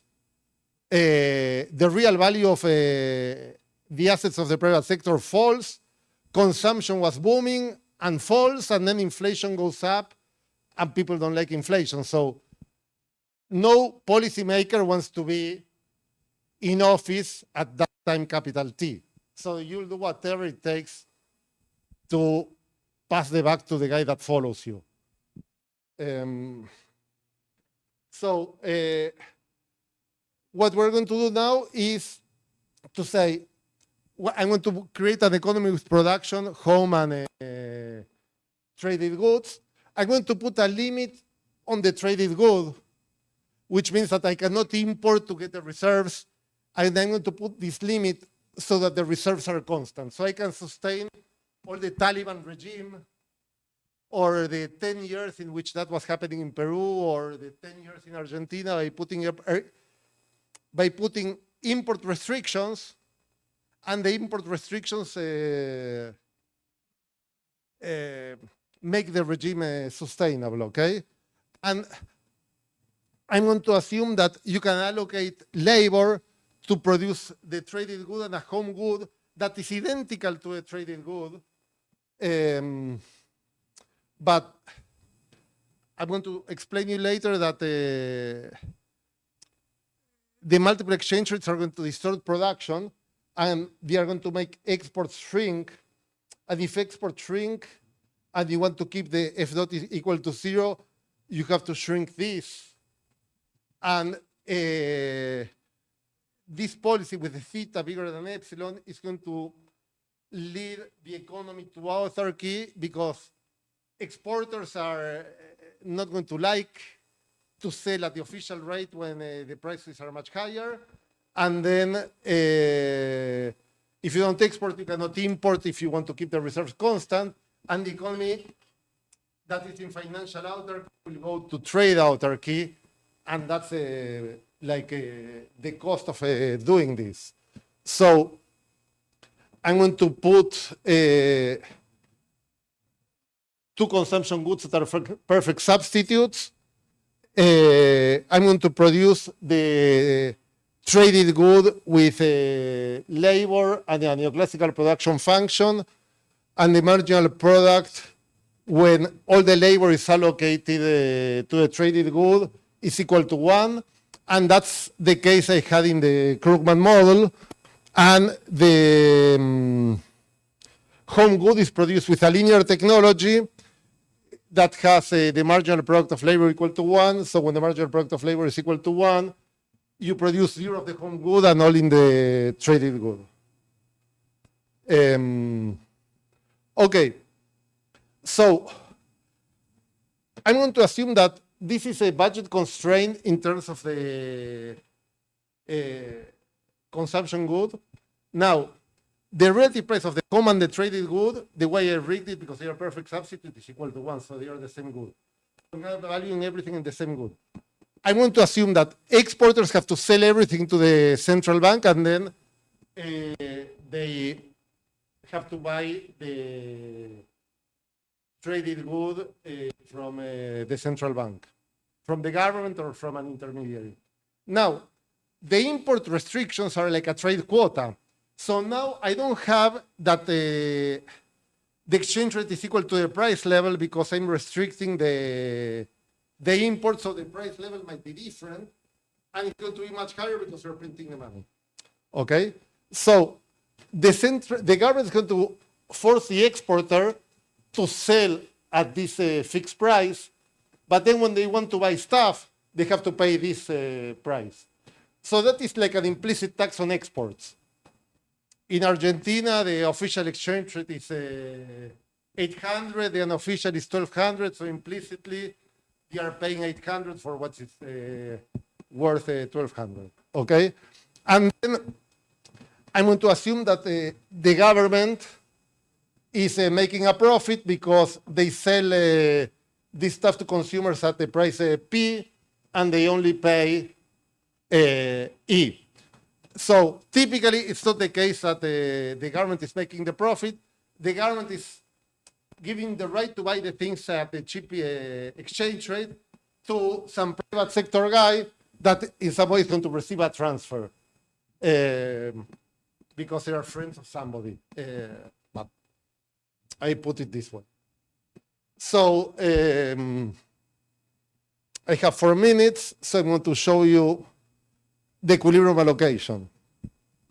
So in an equilibrium, the marginal product of labor in the traded sector is going to be the marginal product, and in terms of the consumption good, you have to multiply it by the official exchange rate divided by the price level, and this is going to be smaller than 1, and that has to be equal to 1, which is the marginal product of labor in the H sector.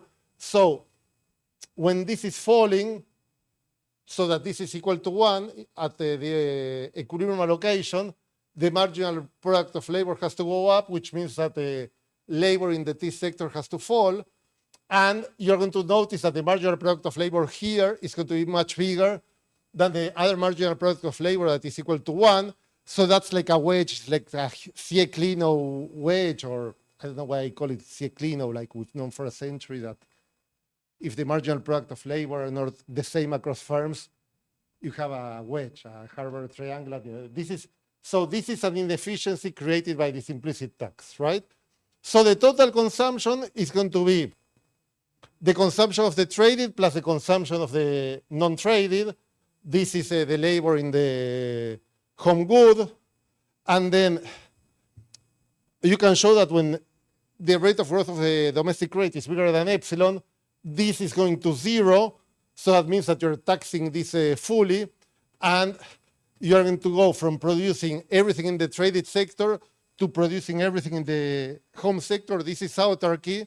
So output and consumption are falling along this path, which is my story for the coefficient of the barrel regression.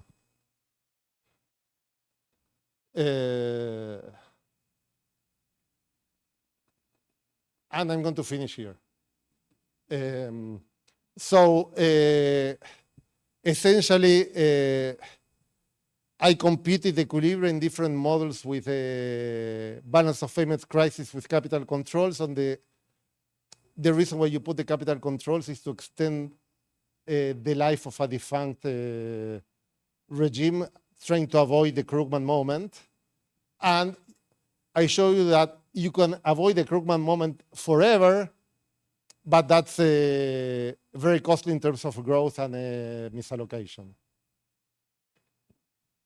I have 1 minute to spare.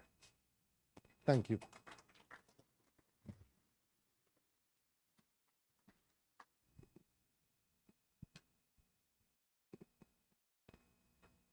You have control.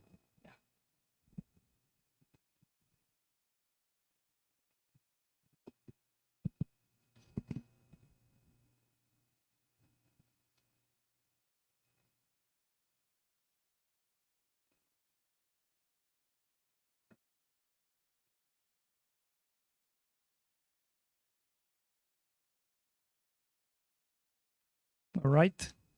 Can you hear me now? Yeah. Thanks a lot to the organizers for inviting me, the NBER also, and the local organizers for having this amazing conference. I'm going to be discussing this paper, and obviously the views that I'm going to state here are not the views of the Minneapolis Fed. So this paper is attacking the issue of currency crisis, where the government pegs the exchange rate. And there is a very simple trade-off really in the middle of, at the heart here, which is that simple money demand, the fact that there is a monetization of a transfer to the treasury, and just a lower bounds on reserve is enough to tell you that things are gonna blow up, okay? That's basically Krugman's insight in the classic paper. And this paper basically tries to go through mechanisms to delay that eventual demise of a peg by thinking about capital controls and other things you can do, like import restrictions and so on. So let me revisit very quickly. I don't have a lot of time, but let me revisit very quickly the Krugman 79. It's such a simple thing that it could be done in a couple of slides. And then think through what capital controls are doing and what the model is doing. So I'm gonna do basically the Alfred Rogop's version of this in the book. It's a very simple thing. So take the Kagan money demand. That's the only way in which household optimality actually is gonna really show up at this point. So real money balances are a function of expected inflation. This is, everything's anticipated, so expected inflation is gonna be realized inflation. There's a peg, so the exchange rate is pegged at some level E, which is going to determine the price level, given there is, the law of one price is holding for goods. Okay, so that's kind of a very simple equation. Now, you don't have to do this, but sometimes it's nice to separate the treasury from the central bank. So let me go through that. The central bank pegs the currency at E bar. So this is a special case of what Andy did. Andy had like a crawling thing, so I'm just going to make that equal to 0 because it's not really that important. And the understanding here, the central bank will try to do this as long as it can. Yeah, that's kind of the policy. Then you look at what the central bank does, and this is the other equation, linking the change in monetary and the level of money on the left-hand side to basically either the purchase or the sales of reserve. That's the F dot term is the reserve that have been sold. And X is this monetary transfer to the treasury. Okay, and in this simple model, it contains all the asset returns earned on the balance sheet get transferred, and there's some level in addition to that, that all that stuff is X. Okay, and X is flowing, is exogenous. That was true in the Krugman model, is fixed, and it needs to flow from the central bank to the treasury. Now, okay, let me not say this yet. And the last constraint really is that the reserve cannot go negative. Central bank cannot borrow. There is a lower bound on how low they can go. So FT can be negative. All right. Then it's actually easy to figure out that this, I think in one of Calvo's paper, I think he says it's trivially obvious that the thing is unsustainable. That is not the most interesting part of the paper, really. But just think about the peg situation. Is the inflation is going to be 0 because we are peg, so E dot over E is constant. So E is constant, so E dot is 0. Then money demand is pinned down. It's just real balances have to be related to that inflation rate, which is 0. And then that's it. Because then you go to the transfer equation, and then you just get that these purchases of reserves have to be negative. Okay, so the central bank M cannot change because that's pinned down, and this transfer of money to the central through the treasury has to be financed with the sales of reserve. And given that that is assumed to be positive, like Gandhi was saying in the basic Krugman model, that was an exponential thing. It means that the peg has an end. Okay, it's going to have a period of time where the reserves are drained, and that's it. The game ends, and that's pretty much just the intuition for why there is a limit to the policy. And remember, I'm only used two things here, money demand and the fact that we are monetizing, all right? So we know that the system is gonna end at some point. Then you can think about what Krugman did. This is the most interesting part, is that there have to be an attack, okay? And that requires access to capital market, international capital market. That's gonna be Andy's point. So if suppose a situation where you don't have reserves, so the game is up, you cannot sell reserve anymore, then basically the change in money is gonna be tied directly to the transfer. And that's it. That means inflation is gonna be equal to the growth rate of that X. And if that X is growing at a constant rate theta, inflation is theta. So you're done. So you're gonna inflate. And the price level is gonna increase, and so it's gonna be the exchange rate. But that also means that the money demand after the change in policy is gonna be lower, the real money balances, because the interest rate is higher now, the nominal rate, because inflation is higher. And then the simple assumption of is to do the thought experiment. What happens if reserve were continuous, or if money demand was continuous? And then, well, if that were the case in this model, so there's going to be some period of time t, cap t, where the reserve are going to be depleted because they're falling at that constant rate x. At that moment, money demand is continuous too, but real money balances have to adjust, so that requires an anticipated depreciation at that point. So the exchange rate has to jump up. Okay, so the exchange rate goes from the flat level where it was to a higher level.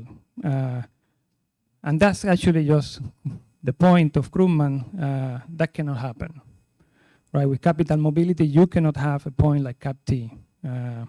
Consumers are going to buy the reserve at price E bar before the devaluation happens. Okay, and they're just going to exchange their money balances for reserve.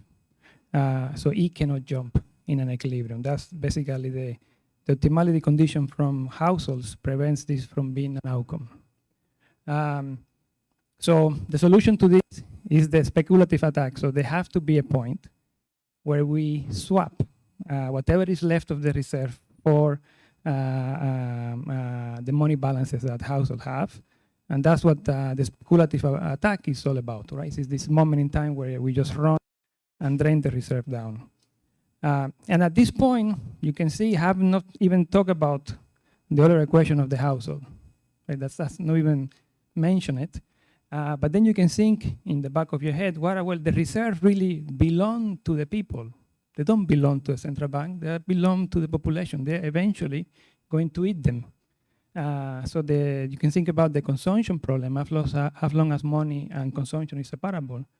The consumption problem of the household is just to maximize the present value of their utility. So in that case, it would be to perfectly smooth consumption, taking into account that those reserves in the hands of the central bank eventually are going to be part of their income. Okay, so that's how you will close this. Now, capital controls. I'm going to do two things that are interesting. And I think actually that also tells you that there could be capital controls before the attack and capital controls at the moment of the attack. They are different things. So in principle, the capital controls are going to stop. I'm going to be make unfeasible for households to trade money balance for foreign assets. So that's kind of a restriction that they're going to do. You cannot buy foreign assets, so you cannot trade your local currency for foreign bonds. That's one aspect of capital controls. But there's another aspect, and I think in the paper they are both of them together, is that before the attack, also you cannot trade the bonds. So in the main assumption that Andy highlighted in this paper is the foreign asset position of the private sector is kept constant throughout. They are not allowed to trade that. That's the capital control. They cannot trade internationally that bond. So, but that means the capital control before the attack is also going to affect the behavior of the households. So that's the main assumption. The households cannot change their holdings of foreign bonds. And then that leads to different prescriptions. And I think that's kind of the interesting part of the paper. So one conclusion is that the attack is gone. So there are no more attacks in this model. The reserve don't suddenly jump down. They are going to smoothly be drained out. I think it's very nice in the plots that Andy shows that a level of reserve just slowly reaches zero and then it flattens out. And that's it, because the households cannot really exchange the stock of money for bonds. So that's a thing that shows up. But now, I mean, the kind of interesting aspect here too is that the consumption path that the households that rises in equilibrium is also affected. And as a result, so will be the domestic real rate. So now you have a domestic side that is being changed. So even though the households have access to reserve that they're going to get eventually after cut T, the hands-on, or so they're going to get over time, they cannot really smooth out this flow. So that is going to affect their consumption choices. So remember from before the analysis, I only needed to do, there is a dot missing here. It's an F dot. I just realized that. You probably don't see it, but it should be M dot equal E bar F dot plus XT. That's the transfer equation. And now you have the same, but in addition to that, now you need to think about that domestic economic condition, the real rate. You need to solve for that, because why? Why do you need to solve it? Because it affects the money demand. And the money demand is the one that controls the rate at which reserve actually are drained. So that's kind of the, so with capital controls, the speculative attack does not occur. There is still an expected discrete depreciation when reserve hits zero. That's what I was telling Andy, that it'd be nice to do this in discrete time. It is a little bit less surprising. And the households are going to react by reducing money balances and consuming before this time. So there's going to be a trade deficit that runs. And now, it seems like a pretty bad thing, because you really didn't avoid anything. You still gave up on the peg, and you just messed up the entire consumption allocation of your household sector. And it just seems like it's a bad thing. So some quick comments. I think I have like -1 minute. See, on model cost and things that capital controls do, Andy mentioned some of these. Capital controls could be leaky, can be distorted, reputational concerns. And actually there is a nice paper by Dellas and Stockman in '93, arguing actually that the expectations of future capital controls in response to speculative attacks is enough to trigger a self-fulfilling run on your parity. So it's a different take there. It's like just thinking that they're going to be imposed might make you run today.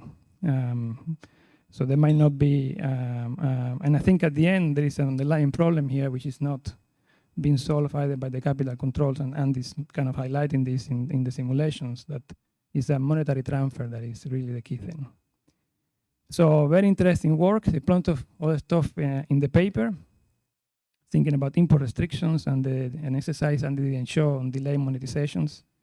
And it's very actually kind of fun to revisit some of the classics in this area, actually going back to those beautiful papers and see them how they are kind of revisited and expanded. And then a suggestion I already told you, discrete time. And then finally, I mean, the thing that separated this generation of models from the generation of models that followed was really kind of thinking through that objective function for the government. Not only the feasibility constraints, but also whether you want to do things. And as obviously the next thing there would be to think about welfare. Thank you.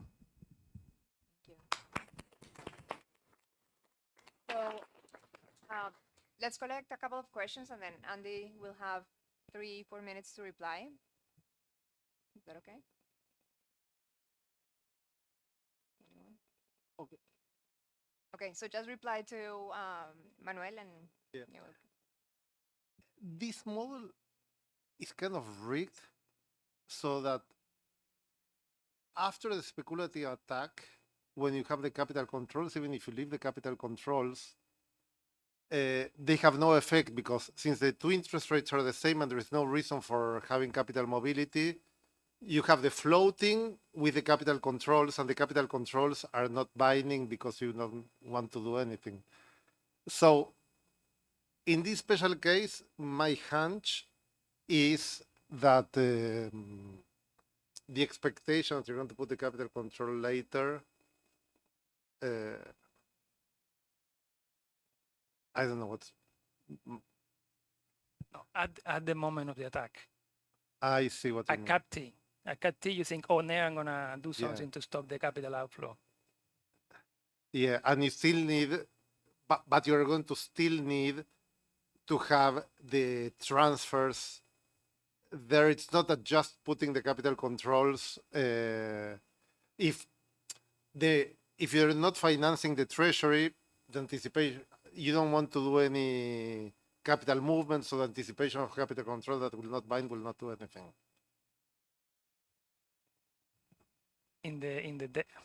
Yeah. The key is that you're financing the treasury. That is true. That is true. Although in that paper, actually, without the run, the equilibrium was sustainable. Yeah, I don't know.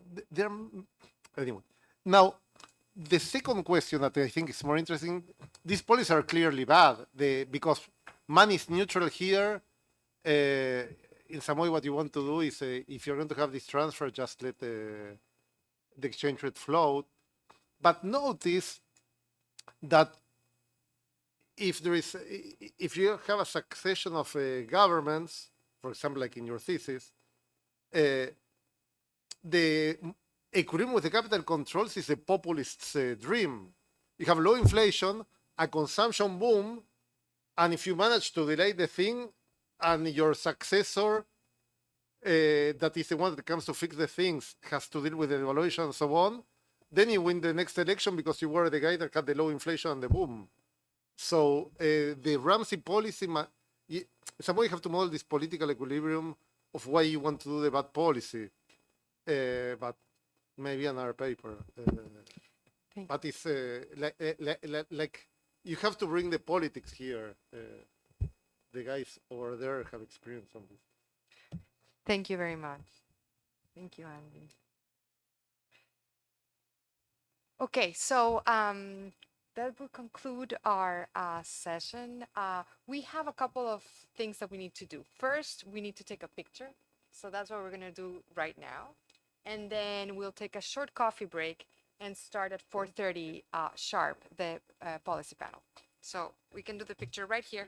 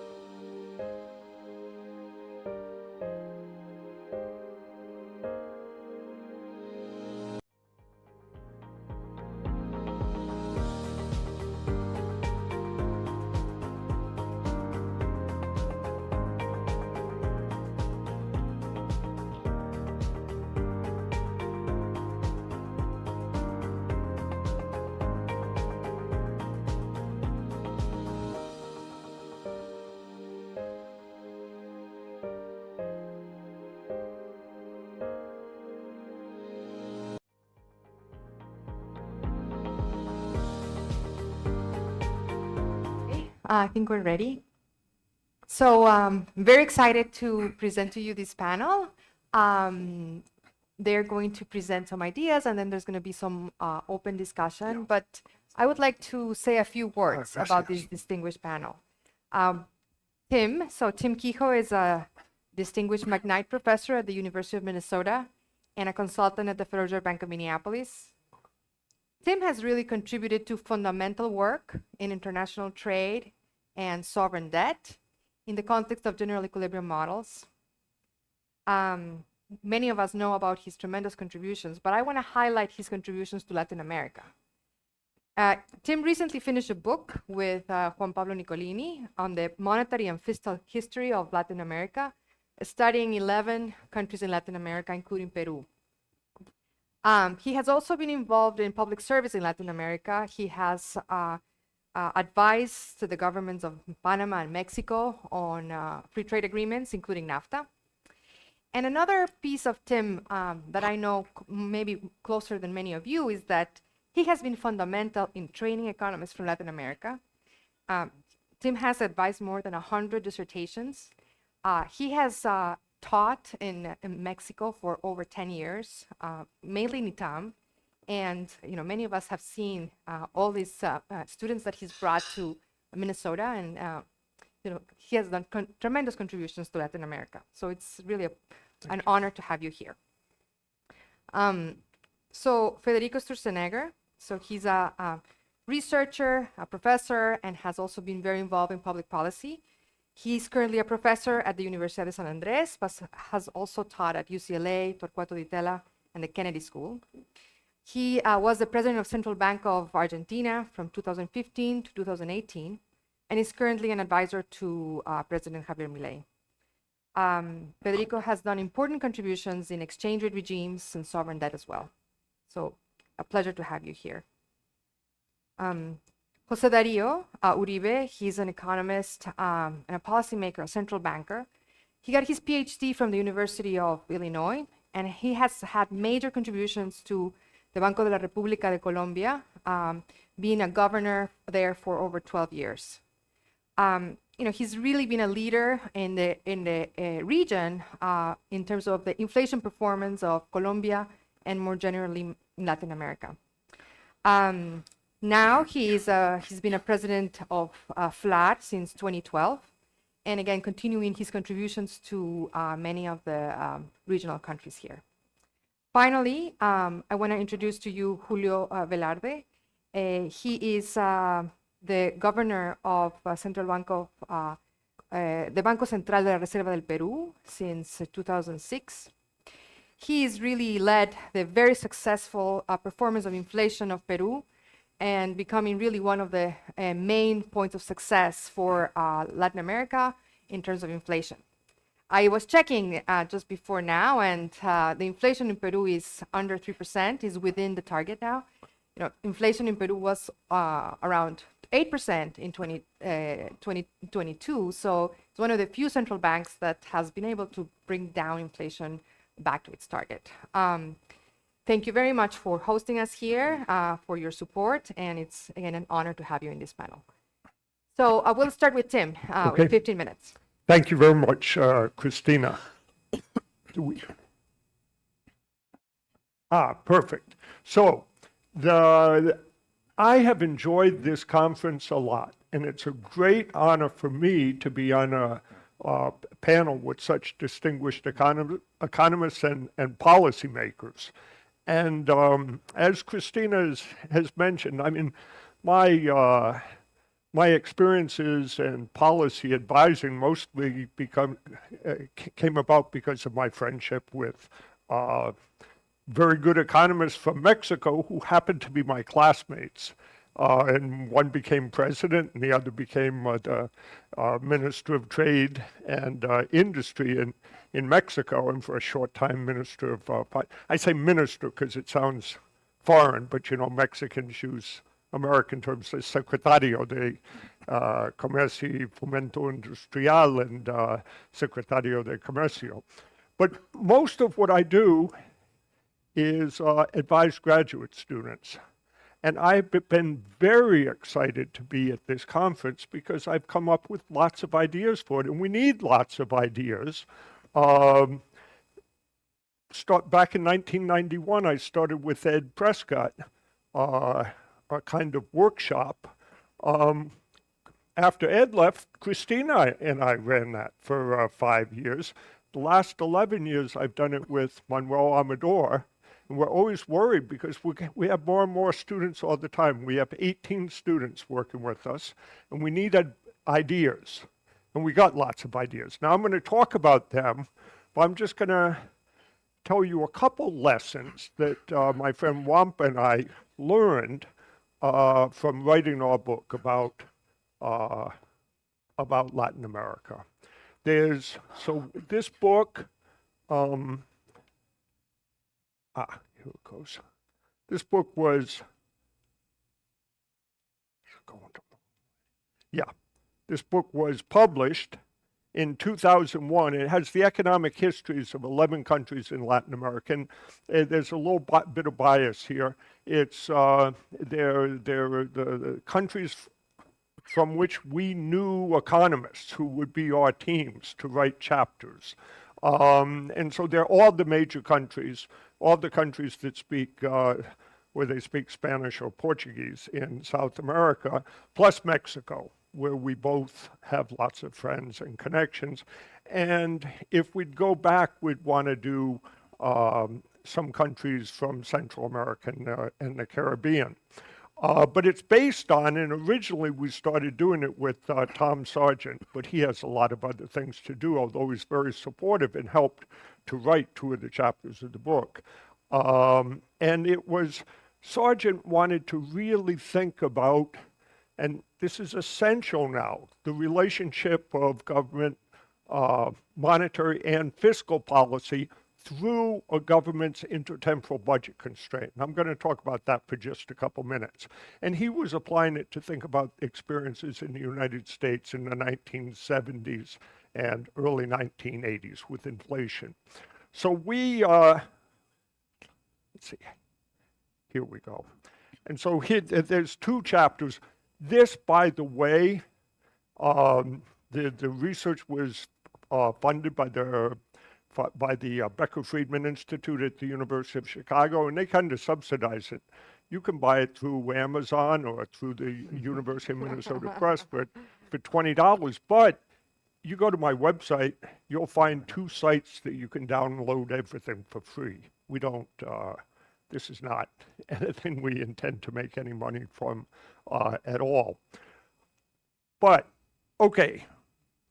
Our hypothesis, and we decided it was fundamentally correct, although in the book itself we note exceptions, is that all the disasters that Latin America has had since the 1970s, and there was a period in the 1950s and 1960s when people thought the area of the less developed world that's going to be most successful, and I'm kind of old, but come on, in the 1960s, I was starting out the 1960s, I was 6 years old. So I wasn't one of these people, but they would have said, no, you bet on Latin America. And then in the 1970s, that kind of dream fell apart. And there have been periods where in some countries at some times things are doing better, but it hasn't really worked out. And we think the whole problem is fiscal policy.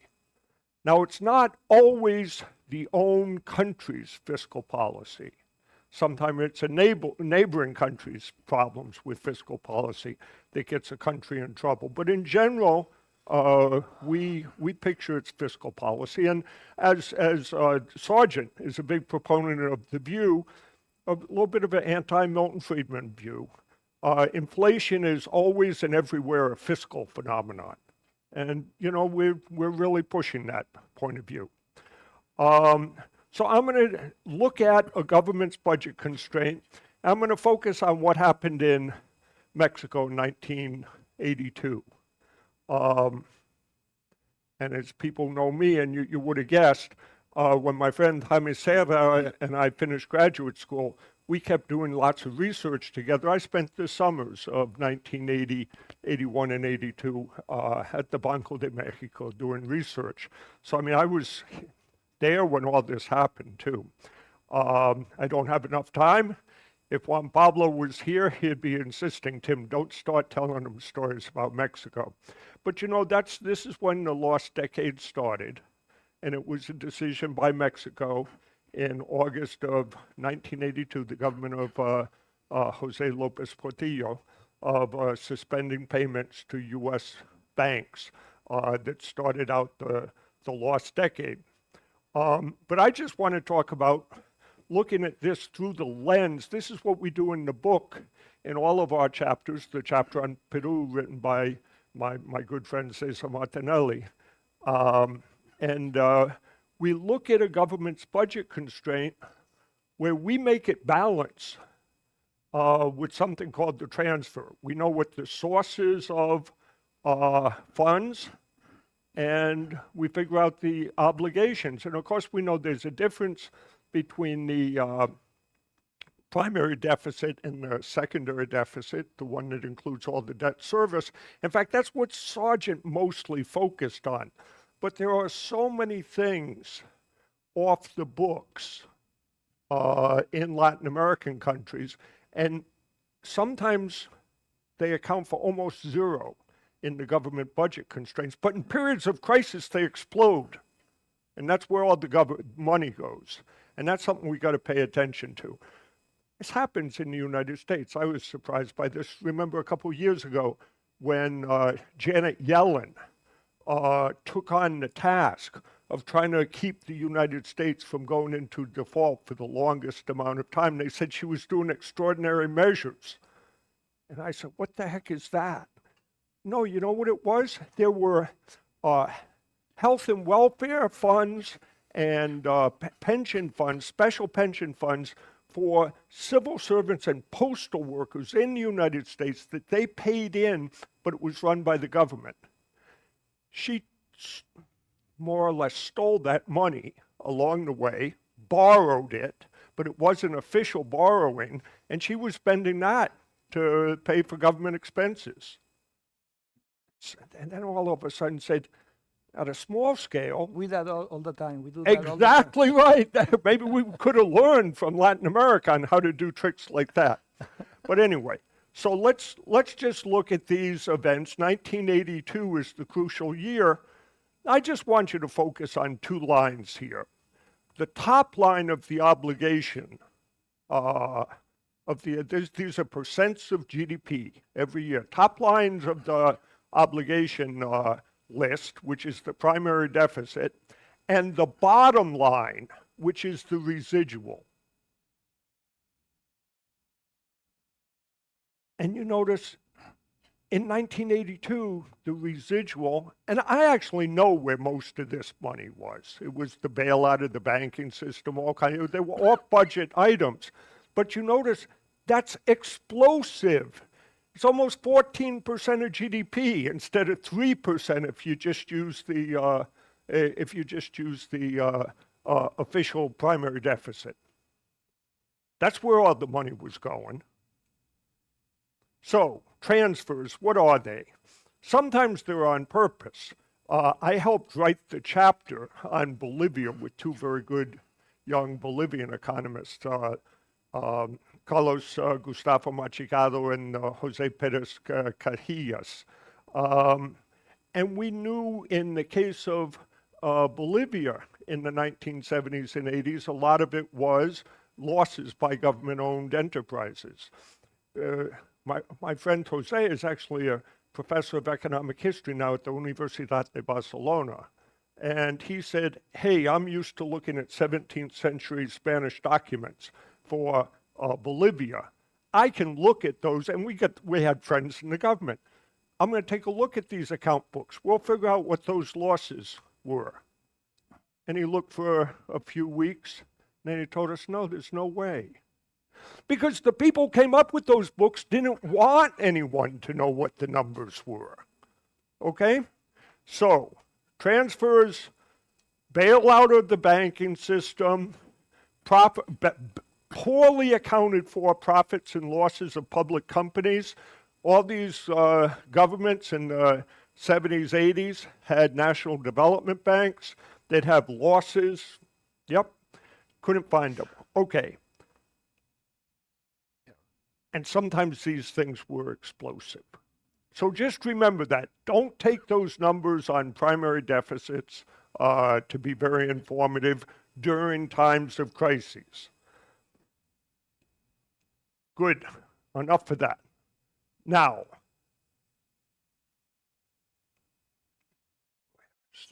here we go. I have another paper that might be interesting. It will come out. We've been doing it for 5 years with Juan, Pablo, and two young economists who started out as research assistants for us, Victor Almeida and Carlos Esquivel. Victor now is at Carleton College in Minnesota. Carlos Esquivel is a colleague of Roberto Chang at Rutgers. But we look at what happened to Mexico in 1982, and we have a new theory on it, and I want to mention this to you. It's that Mexico defaulted because it anticipated it will get good terms from the U.S. banks. Why? Because there were high interest rates. What was crucial was not, and we're not the first people to make this point, in the standard kind of model, I'll call Christina's model now, the standard model. In a standard model, you don't get interest rate shocks to have that big effect if they're not anticipated to go, if they're anticipated to go 5 years, like the Volcker shock. So we said, but what about the banks? You do national bargaining with the banks, and the bank's opportunity cost depends on what they can lend the money for. There's a really high U.S. interest rate. That's going to give them, not settling quick, is going to give them a big loss. So we put that in a model and we get it to work. Furthermore, we've done empirical work. Not me, that's not what I'm an expert on, using this data set and methodology from Asanuma, Naipault, and Rancière of looking at defaults that occurred in the 2000s. And we find you raise U.S. interest rates by real rates by 1%, you get an extra 6-7% haircut. Makes it a good time to default. Governments get to choose when they default, and they choose to default with high interest rates. Wow, I learned so much from the discussions and presentations. I'm not going to spend too long on this, Christina. But I was so excited, and I thought the organizers did such a good job. Today, I'm just going to talk about a couple things. But I got to go back, Manuel. We got to go back with ideas for our students, right?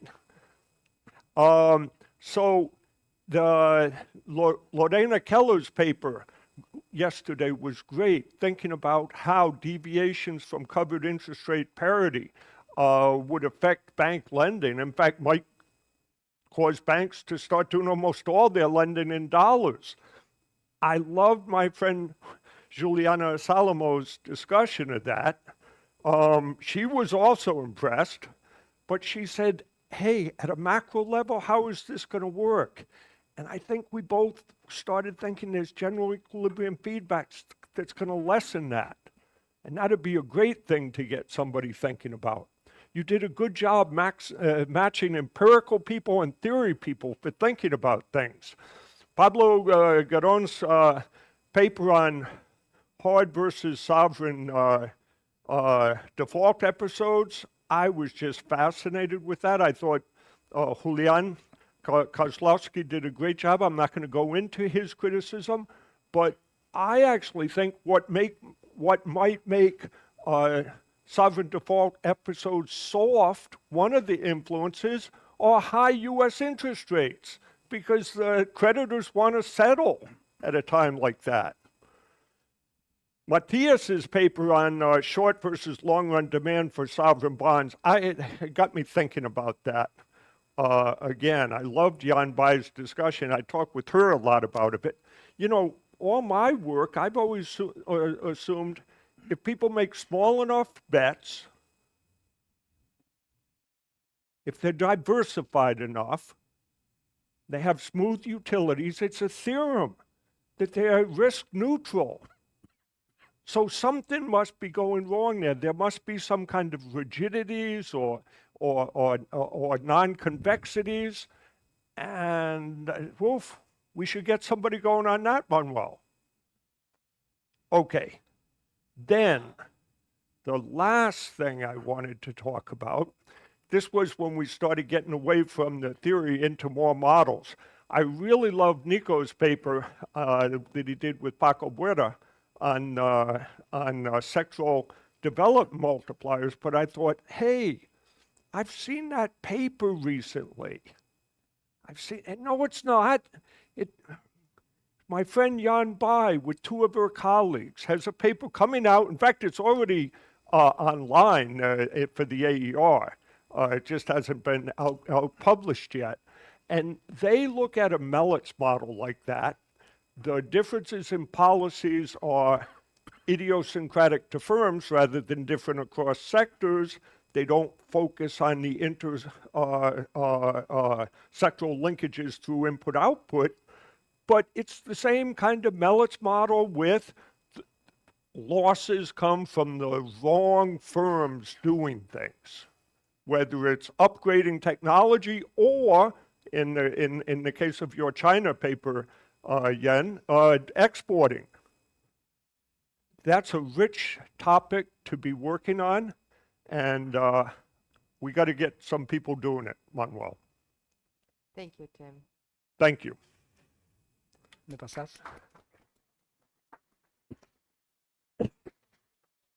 Next, we're going to hear some remarks from Federico. Okay, thank you very much. It's a pleasure to be here. Thanks to the NBER, to Cristina, to my co-panelists for making this possible. They told me this was a panel on fiscal and monetary policy in emerging markets. Is that correct? Right. So I decided I was going to do two things. I was going to do first, four things. First, I was going to do two random comments. Then I'm going to set up a puzzle. And then I'm going to tell you a little bit about fiscal policy with Milei, okay, which I think you'll find interesting to learn about, okay? So my first comment starts with a question. And the question is, why is it the case that the interest rate in the US went basically from 0 to 5 and we didn't have turmoil in emerging market asset class? Because typically, whenever you have 5%, it was a big mess, correct? So I think that's a question. And the answer I would like to postulate is that in the US, after 40 years of low inflation, countries started getting used to issuing long-term debt in dollars at a fixed rate, not at a variable rate like it was in the 70s. And this means that whenever the interest rate goes up, you have like a flow and a stock effect. The flow effect is what we talk about, no? Interest rate goes up, everybody flies to quality, the money goes out, it's a mess. But this time, it's compensated by a stock effect, which is that the reason the interest rate is going up in the US is that inflation is going up in the US. And with constant real exchange rate, that means that the nominal GDP in dollars of the countries are going up with US inflation. And that means that the real burden of debt is actually falling. So you have a flow and you have a stock. So let me just show you a graph. This is a graph of the gains that each country, so we computed kind of this gain for all the countries in the world. And this is the gain that they had as a percentage of GDP from the debt dilution of US inflation, which compensates the effect on debt. So of course, well, look, Tim, you have United States there, because I think in your transfers, you should add something else, which is that when you have nominal debt and you have inflation, you have basically a positive fiscal result, which is basically the reduction in the real value of that debt, correct? In the case of the US, that's huge. Then you see Lebanon, Venezuela. I mean, you have a bunch of countries. So I think this is kind of a first idea that maybe this explains why this time was a little bit different with emerging market debt. Of course, you have the counter, which is that this U.S. inflation means also that a lot of countries have U.S. assets, correct? And they have U.S. debt, and they have U.S. currency. So the U.S. inflation also dilutes the value of those assets. So you have something on the liability side, typically for the governments, and you have something on the asset side. This graph here shows in the upper graph is the nominal value. So see that the two largest countries that have paid U.S. inflation are Japan and China. Obviously, they have the large stock of U.S. Treasury bills. But when you go below, you have it as a percentage of GDP. And then you see that, for example, Argentina has paid a cost from U.S. inflation of about 3% of GDP. The same thing for Cambodia, which is a dollarized country. Okay, so these countries, or Hong Kong, these countries which have a lot of dollars, assets or dollar bills. In the case of Argentina, this is interesting, no? Because we discussed the seigniorage cost of dollarization, but we actually pay a seigniorage cost from not having a currency, because people save in dollars, and that basically imposes a cost. So I would say this is my first comment. The second comment has to do with how to think about monetary policy in emerging markets. And there's this very nice paper by Martín Uribe, where basically he says to understand monetary policy, we need really to disentangle what are permanent monetary shocks and transitory monetary shocks. Think of permanent monetary shocks as shocks that change the long-run equilibrium inflation rate. It may be an acceleration of inflation, and maybe a disinflation. And then you have transitory shocks, which basically affect monetary policy without changing the inflation target. For example, in the US, we had a big inflation shock in the 70s and 80s, and then we had a big disinflation, which was kind of a long-term trend, and then you have kind of changes in monetary policy kind of around it. For those of us who have studied monetary policy in the US the last 20 years, it hasn't mattered because we had very low inflation. But when you go to emerging markets, this distinction is critical, because it's a little bit like the Marx and Gita's paper. You have to distinguish what are transitory output shocks and permanent. In emerging markets, all these things get completely mixed up. No? What is a permanent monetary shock? What is a transitory monetary shock? So what we decided to do with a colleague at San Andres, Javier Garcia Chicos, we said, okay, let's take this paper by Martin, which was for the US and for Japan, I think, and let's extend it to all the countries in the world and see what happens. And his main result is this, that when you have a transitory monetary shock, basically the real interest rate increases in the short run, but when you have a permanent monetary shock, think of it as a permanent increase in the inflation rate. On the path to that equilibrium, the real interest rate falls. Or if you have a permanent disinflation, on the path, the real interest rate increases. Okay, so this is the result, which this is the way. I mean, this is what comes out of the distinction between permanent and transitory shocks. And okay, so this is basically for the U.S. We do it with a different methodology, which allows us to expand this to more countries. But notice that these impulse-response functions of the response of output, basically, sorry, here's the real interest rate to permanent and transitory shocks. They go to zero, okay? Because this model is estimated under the assumption of superneutrality. Superneutrality means, remember what superneutrality is? The level of the inflation rate does not affect the equilibrium level of output. And coming from Argentina, not to speak about Peru, when they had the hyperinflation, we know that inflation is not super neutral. If you have very, very high inflation rates, it's going to be a problem on the real side of the economy. So we basically estimated this model. We extended this model to many countries, but we lifted the assumption of super neutrality. Okay, and then we get this relationship. This is a relationship between. I'll tell you what I'm showing here. This is basically the long-run effect of permanent monetary shock, different countries, and they're basically plotted. On the vertical side, you have the output effect, and on the horizontal line, you have the average rate of inflation of the country. And you see that there's a negative relationship, means the higher the inflation rate, then the lower is the long-run effect of monetary policy. To be honest, we were hoping that if inflation was going to be very high, this should have a very large negative number, which we didn't find. And when you have very low inflation, you have a very low positive number, which we interpret as countries with extremely low inflation, just having one. Don't tell me I said this, okay? Don't quote me on this one, okay? But having 1 or 2% inflation may kind of help the adjustment in relative prices, so maybe that gives you in steady state a slightly higher output. But if you look at this graph carefully, once you move beyond an inflation rate of 5%, you have no effect on output. If you have an effect on output, it's negative. Okay, so what I take out of this is, guys, if you think you're going to do magic with monetary policy, you're not going to do magic with monetary policy. And I take this as a reinforcement of my view that monetary policy should focus on low inflation, and that's it. Get rid of the other stuff, okay? Okay, so those were my 2 comments. Now my puzzle. I have people here who work on sovereign debt, which are younger and smarter than me. So I want to share with you a puzzle. And the puzzle is that in the 19th century, the UK financed itself with consols. Consols were perpetuities, were bonds without maturities. And of course, it was the gold standard. There were no trends in the price level, so there was no inflation risk. But what's amazing is in this graph shows that typically the short-term debt was higher than the long-term debt.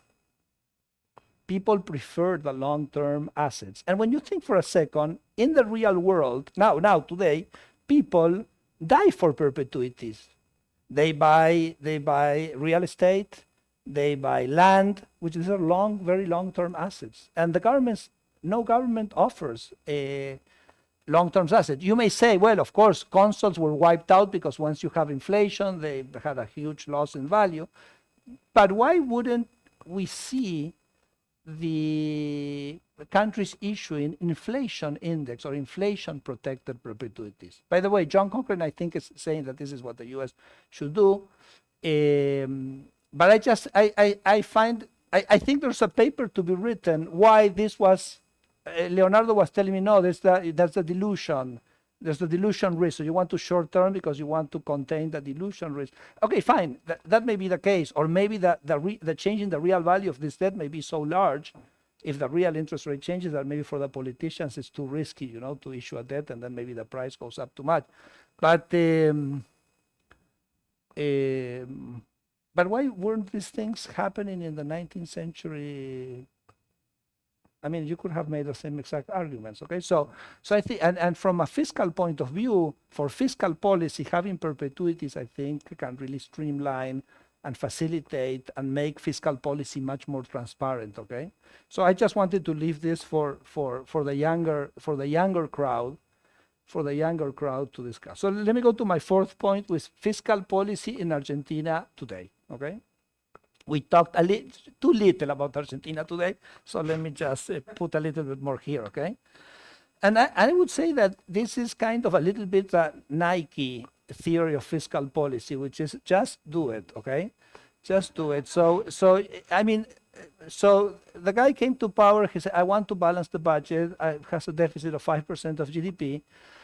So I'm going to cut the transfer to provinces to 0. I'm going to cut public works to 0. I'm going to do this, that, and we're going to have a surplus, okay? And people said, wow, okay, fine. Maybe it's a campaign, cheap talk during the campaign, etc. But what happened is that then he came into office in December 10, and then in January he had a fiscal surplus, okay?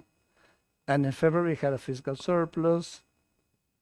Well, some people may say, Tim, that there were a little bit of transfers here and there, but really, but now what I'm showing you here is the first 4 months of 2024 compared with the same 4 months of 2023. And this is the expenditure line, okay? So if you look at here, the primary expenditure, I think we have this kind of, oops, no, I'm not going to do that, okay? So the primary expenditure is 30% down. So if you would have said a government can implement a reduction in government expenditure of 30% I mean, that would be kind of pretty weird, no? I mean, it's kind of pretty amazing. The current expenditure, which basically has, you see social programs, that's basically 27% down.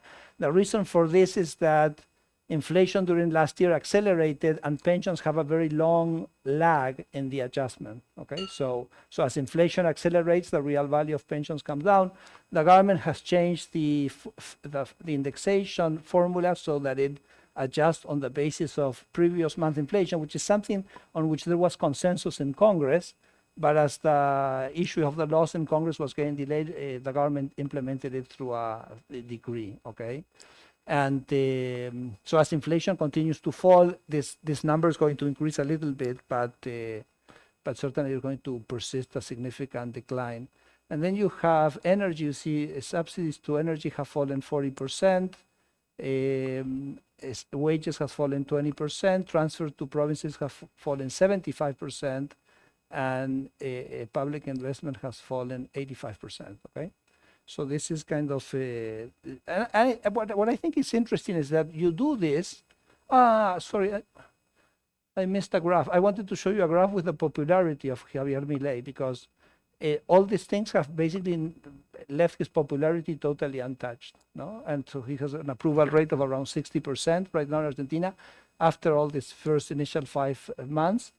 And it's interesting. It really kind of, I remember when we did all these papers by Alesina and Reis in the late stabilization, all this literature, we were basically assuming that there was a cost in the stabilization. And here the fiscal adjustment, at least some dimensions of fiscal adjustments imply very strong popularity. For example, when you unveil all the corruption in the social programs, everybody says, oh, we knew this was happening. Suddenly someone is actually tackling this. And so I think it's interesting. I mean, in our literature, we have assumed fiscal adjustment was costly. And this somehow says, well, it's not totally clear. Okay, so I think that's an interesting thing. Now, how do you implement? So my last point, I'm 13 minutes, so I think I'm fine. Perfect. So my last point is, how do you implement fiscal policy? Who does fiscal policy? Is it the policy maker? Is it the government that does fiscal policy? Maybe not. In Argentina, fiscal policy is to a great extent done by what I call the blocking agents. The blocking agents are interest groups which influence policy and generates the policy. For example, in Argentina, the most important blocking agents are the unions on one side, which are very powerful because the legal system entitles them to around 3% of formal wages every month. So in Argentina, the unions take the equivalent of 3% of all the wages in Argentina. I don't know what they do with it, okay? But it's a lot of money. And then you have a bunch of kind of large corporation and businesses that, you know, and these guys, how do they influence fiscal policy? I'll give you a couple of examples. For example, the formal labor in the unions are the higher earning wage earners in the formal labor market. So they lobby dramatically against the income tax. So Argentina is the only country in the world where you can't have an income tax, because you have strong oppositions from the unions to have it. So you have to use all these crazy different, very inefficient tax systems. And the business, how do the business affect fiscal policy? Well, they ask for their subsidies, their protection, their tax exemptions, etc. Okay, so you have a lot of, it's like a Gruyere cheese, you know, the budget with all these privileges. So in order to solve the problem, you have to focus on the blocking agents, not on the fiscal policy. It's the blocking agents. And the blocking agents have a lot of power because the legal framework entitles them to all these privileges and all these resources which they use to move fiscal policy in a different direction. So what you're seeing here is, this is a photo from my living room at my house, where we basically, for a year and a half, we worked with a group of 100 people and we reviewed all the laws of Argentina. And what we were trying to do was to tackle the blocking agents, the income source of the blocking agent. And that means you have two piles there. One you see on the left says deróguese, for those which are Spanish speaking. Those are laws that had to be eliminated. And the other pile, which is a bit higher, is the laws that had to be changed, okay? And so in order to implement fiscal policy, well, you have to change the laws. And to change the laws, you have to write the change in the laws, okay? And these piles that you see here became, 20% of that became the Milei's initial legislative decree, and about half of the initial thing that he sent to Congress. And I think the government is basically engaged in basically this implementation challenge, which is to change the financing structure of the blocking agents to deblock the possibility of having a reasonable fiscal policy in Argentina. So let me stop there. Thank you, Federico.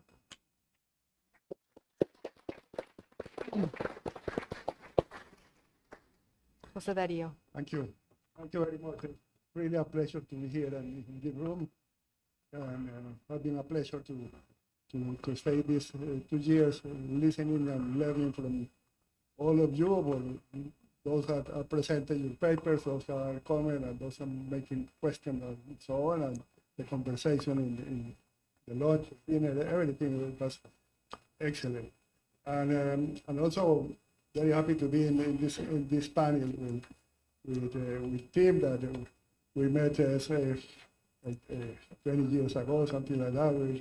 And also with Federico, that was a governor of the central bank at the same time that I was also governor, and of course Julio, that we have been together for many years, even before Julio coming to be the president of the central bank here.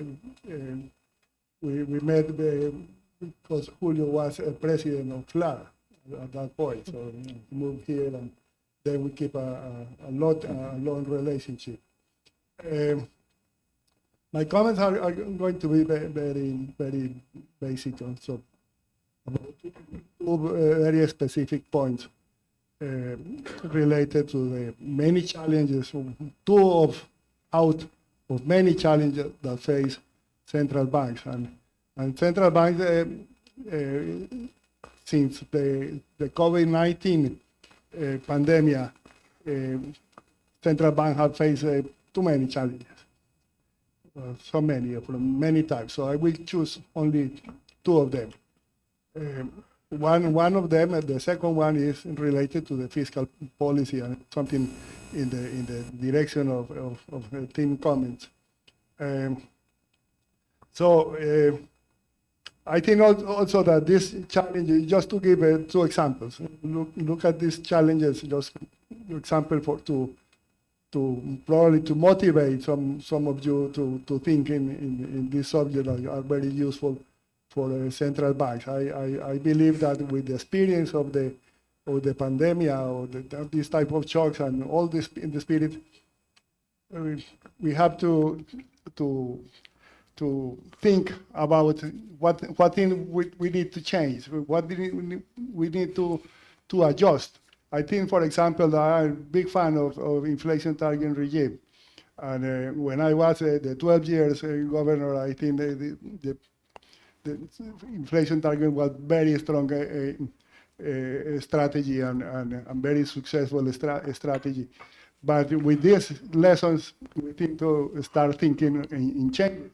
This is happening in some developed economies, and I think it's also must be also a challenge for central banks in the emerging markets and in the developing economies. Let me start with the first challenge. One challenge is defining how to face inflationary episodes driven by strong negative supply shocks. This seems this used to be very simple. I must confess that my vision when I was in the central bank, thinking about cases of negative external shock, was very simplistic. Basically consists in, first we ask, this shock is going to be temporary or permanent? And usually the shock that we were facing was very easy to answer. This is a food shock, price shock related to El Niño, La Niña phenomenon. So we know that this phenomenon usually starts at the end or last quarter of the year, and it has the main effect in the second quarter of the following year, and then goes down and disappears. So the answer was very easy. Right? This is a temporary shock. Don't worry. Don't worry. It's a word to say because sometimes the impact was so strong and inflation went up at 3, 4, 5 points. So when you were in 3%, you go 5, 6% because of that shock. It makes trouble. Now I will speak a little bit more about this later on. And the second question is, what is happening with inflation expectations? And we try to measure the inflation expectation. It's part of the business in central banks, the staff, the technical staff, thinking, trying to measure. I think that we believe that we measure well. Usually we think, okay, we are doing the right thing and we know what is the calculation and so on. And with those questions, you very easy to say, okay, if the inflation expectations are moving, even though the shock is temporary, so you probably will need to increase interest rate to control, to anchor again the inflation expectation. That was the basic framework. But what we have seen in recent years is different. It's in some kind different. It's a supply shock that have been since the pandemic outbreak are much more complex than the Niño or La Niña phenomenon. They were a multitude of shocks, some of them one after another, or some of them simultaneous, many shocks, with difficult to predict duration and intensity. Surprising things. Starting one shock, starting one notch. When we were thinking that no more negative supply shock, we appeared the invasion of Ukraine and so on. So we're much more difficult to predict duration and intensity. We were not prepared. I think that we were not prepared, or the central bank in general, we were not prepared for these shocks, especially considering that they were accompanied by demand shocks and intersectoral demand transfers, shifting intersectoral demand. And this is for many countries, it happened that. I have a quote here from John Cochran, recent in the Hoover Institution seminar. He said the following: the Fed seems to think supply shocks drove inflation massively above the 2% target. Okay, shouldn't the strategy then include a massive effort to measure, diagnose, and respond quickly to supply shocks? That's a question that I think is valid. It's valid that we start thinking in supply shock, how to handle, how to measure, how to introduce in the strategy of central bank. So I think it's a valid question for the main central bank of the world, and is certainly true for the Latin American central banks.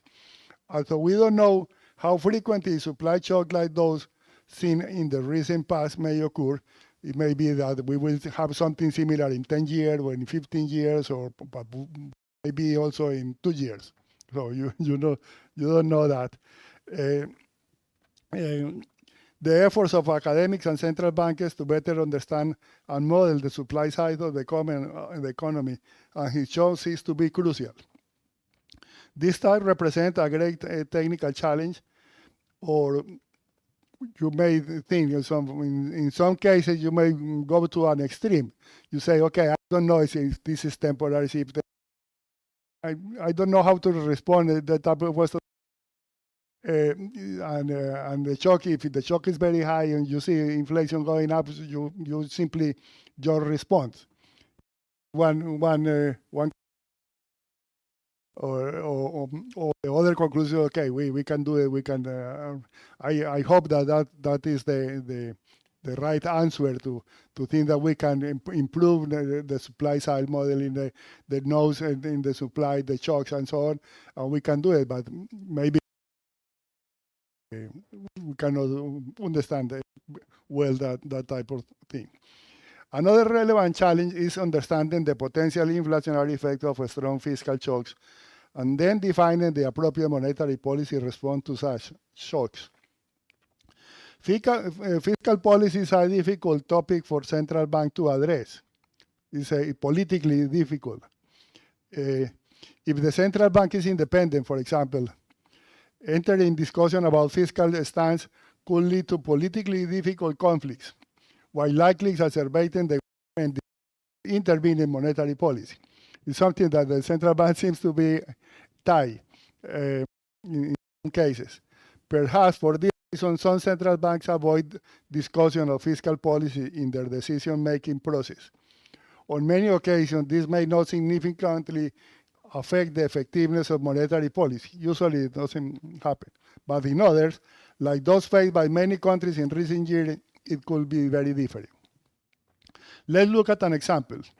The strong fiscal and monetary reaction during the COVID-19 pandemic and the effects of the negative supply shock from the war in Ukraine, among other factors, increasing inflation to unforeseen levels.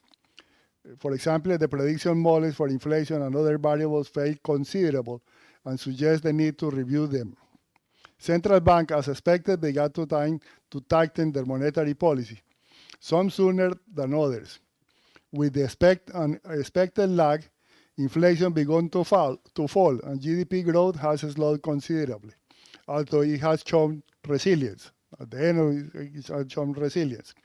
The convergence of inflation and inflation expectation to targets has proven to be very challenging in various economies, justifying the slow pace or pause of the declining trend of the monetary policy rate. What role has the fiscal policy played in the last mile disinflation, in the last part of the disinflation? My intuition is that it has played an important role. Central banks fear that inflation will convert to a level higher than the target inflation, and probably something has to do with the fiscal side and its interaction with the strong previous monetary expansion. The fiscal expansion was an appropriate response to the pandemic, but the logic was that after the pandemic passed, fiscal policy will quickly return to normal conditions. This is like applying a war model.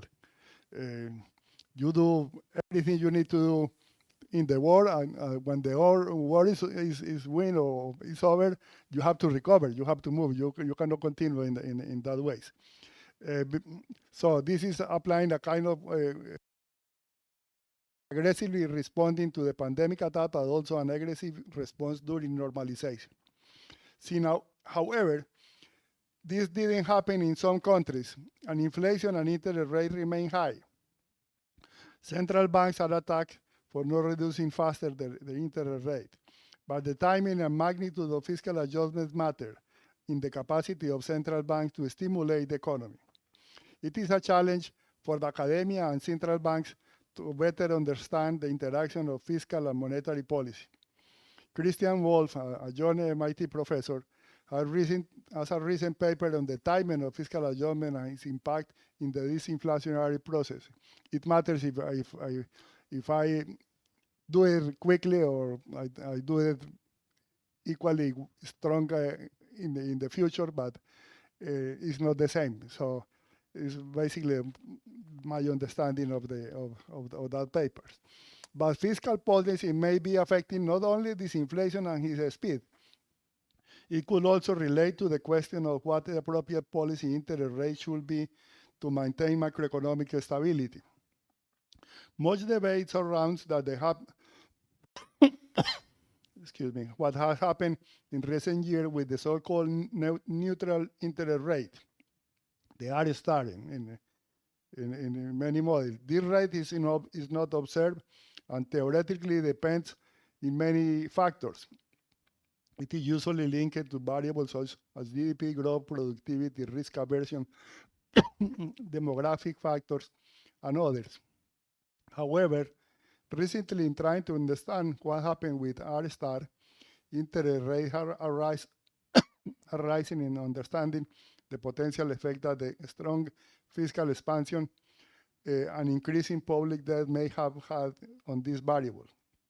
Public savings have fallen in many countries, probably rising R star. The other component tends to move to lower the R star, but this one goes in the other direction, and we don't know exactly what dominates. Oh, sorry. They may be happening due to fears of fiscal sustainability that end up increasing the risk premium. To think that R star has remained unchanged since pre-COVID pandemic could lead to central bank costly mistakes the use of R-star in monetary policy decision is really challenging. Supply and fiscal shocks are just one of the many technical challenges that central banks face. These shocks and other factors can make the final reduction of inflation to its target particularly difficult in some countries. High interest rates in advanced economies for an additional period can create financial tensions. Moreover, in some countries of Latin America, the carry trade is high. Thus, as a strong and unexpected fall of the carry trade or other factors can lead to capital flights and exchange rate instability. We will look at some things about the capital flows and so on. Economic growth is low, and political and social tensions are strong, and actually are increasing some pressure in some countries. The political pressure for central bank to central bank to faster loose monetary policy may be high in some countries. Although local financial system remain resilient, non-performing loans are increasing in several economies, and the list can go on. Thank you.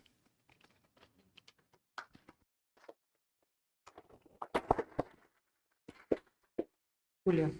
Thank you very much. It's a pleasure to be here, particularly with Federico and Sergio, where we have been colleagues many times together in many of meetings, Basel particularly, and a lot of places actually. Maybe I should comment something about Federico. Yeah, we were little affected by the increase in the rates of interest. That is because the markets were never closed. Different from 1982 mentioned by Tim, or the Asian-Russian crisis, or even the 5-6 months after Lehman. What we saw 2020 and 2021 was less appetite for domestic currency bonds, but dollars continue being open. Actually, one of our greatest increase in debt was 2021 with bonds in dollars. And now we have returned again to bonds in domestic currency. Of the 5 bigger countries in Latin America with access to the market, almost all their debt is in domestic currency, so the dollar doesn't affect them so much. Let us start with something mentioned by Jose Ario in part. I believe that this situation has proven that having inflation target in place and using interest rate as an instrument has been pretty successful through these years. This in spite of the narrative that we see it in not only the Financial Times, etc., being some economists, saying that everything has been a supply shock. So actually what the central banks have done has not been so important. As was mentioned, a temporary shock that will return to normal. Actually, we knew it was a shock, but we considered our expectations. In our case, we have had 5 times since the start of the century, since we started inflation targeting, where expectations were outside our target. And this was the longest period when they were outside the target. Of course, our concern was how it can contaminate inflation expectations. And I believe the action of the central banks acting and increasing the interest rate has kept this inflation expectation well anchored. And we have seen that around the world, not only in Peru, around the world. The other point maybe to mention is that the challenges continue being, I would say, mostly the same, in spite of some comments. The job of the central bank should be to keep inflation low and stable, try to assure financial stability, and something that is sometimes forgotten, to provide enough liquidity to make the payment system to function smoothly. I will talk about inflation mainly, and probably what we'll try to talk is what happened in the recent period.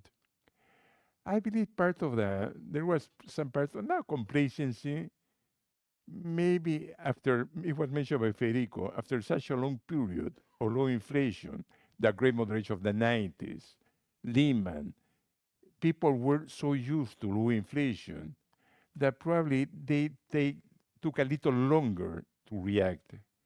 Talking with some members of the Open Market Committee, some of them recognized they were sitting on their hands. But it was very hard to say.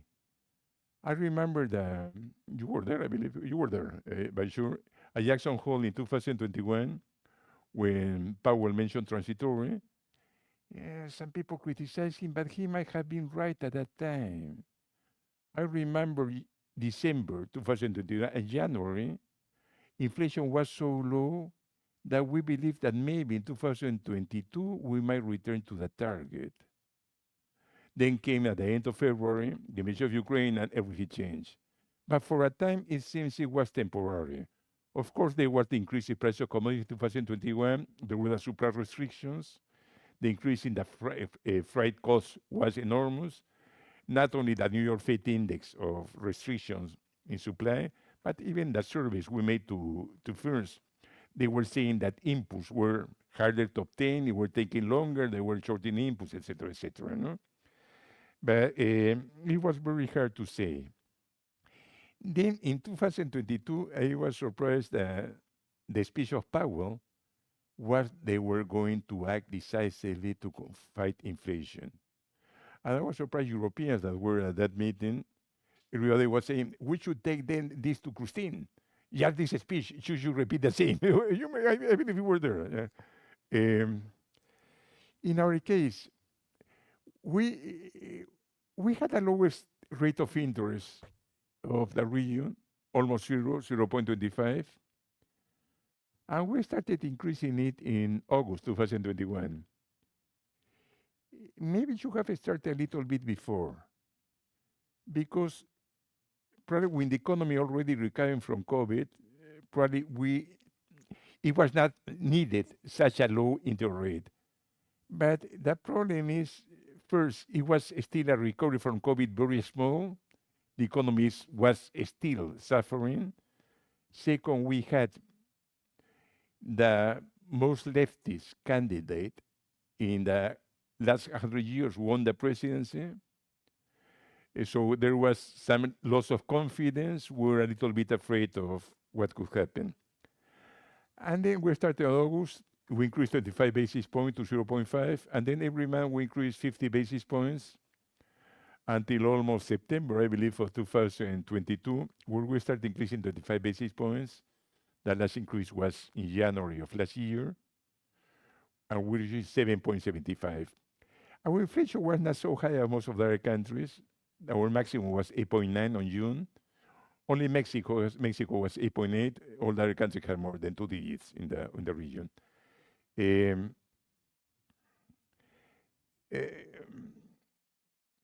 we have started decreasing interest rate since September of last year. We stand now at 5.75. We are the country that is closer to the rate of the Fed, compared to 550. And inflation, we believe that we were going to be on the target. Our target is 2 ± 1. We were going to be on the target last year. We had some idiosyncratic shocks, avian flu, and some weather factors that affect inflation. And we are expecting for this month to finish inflation 12 months in 2.4. April was 2.6. And we believe we are going to be on the target, close to 2% actually, most of the next months. Our official projection for the end of the year is 2.2. But we expect the inflation to be fluctuating around 2 during these next months. The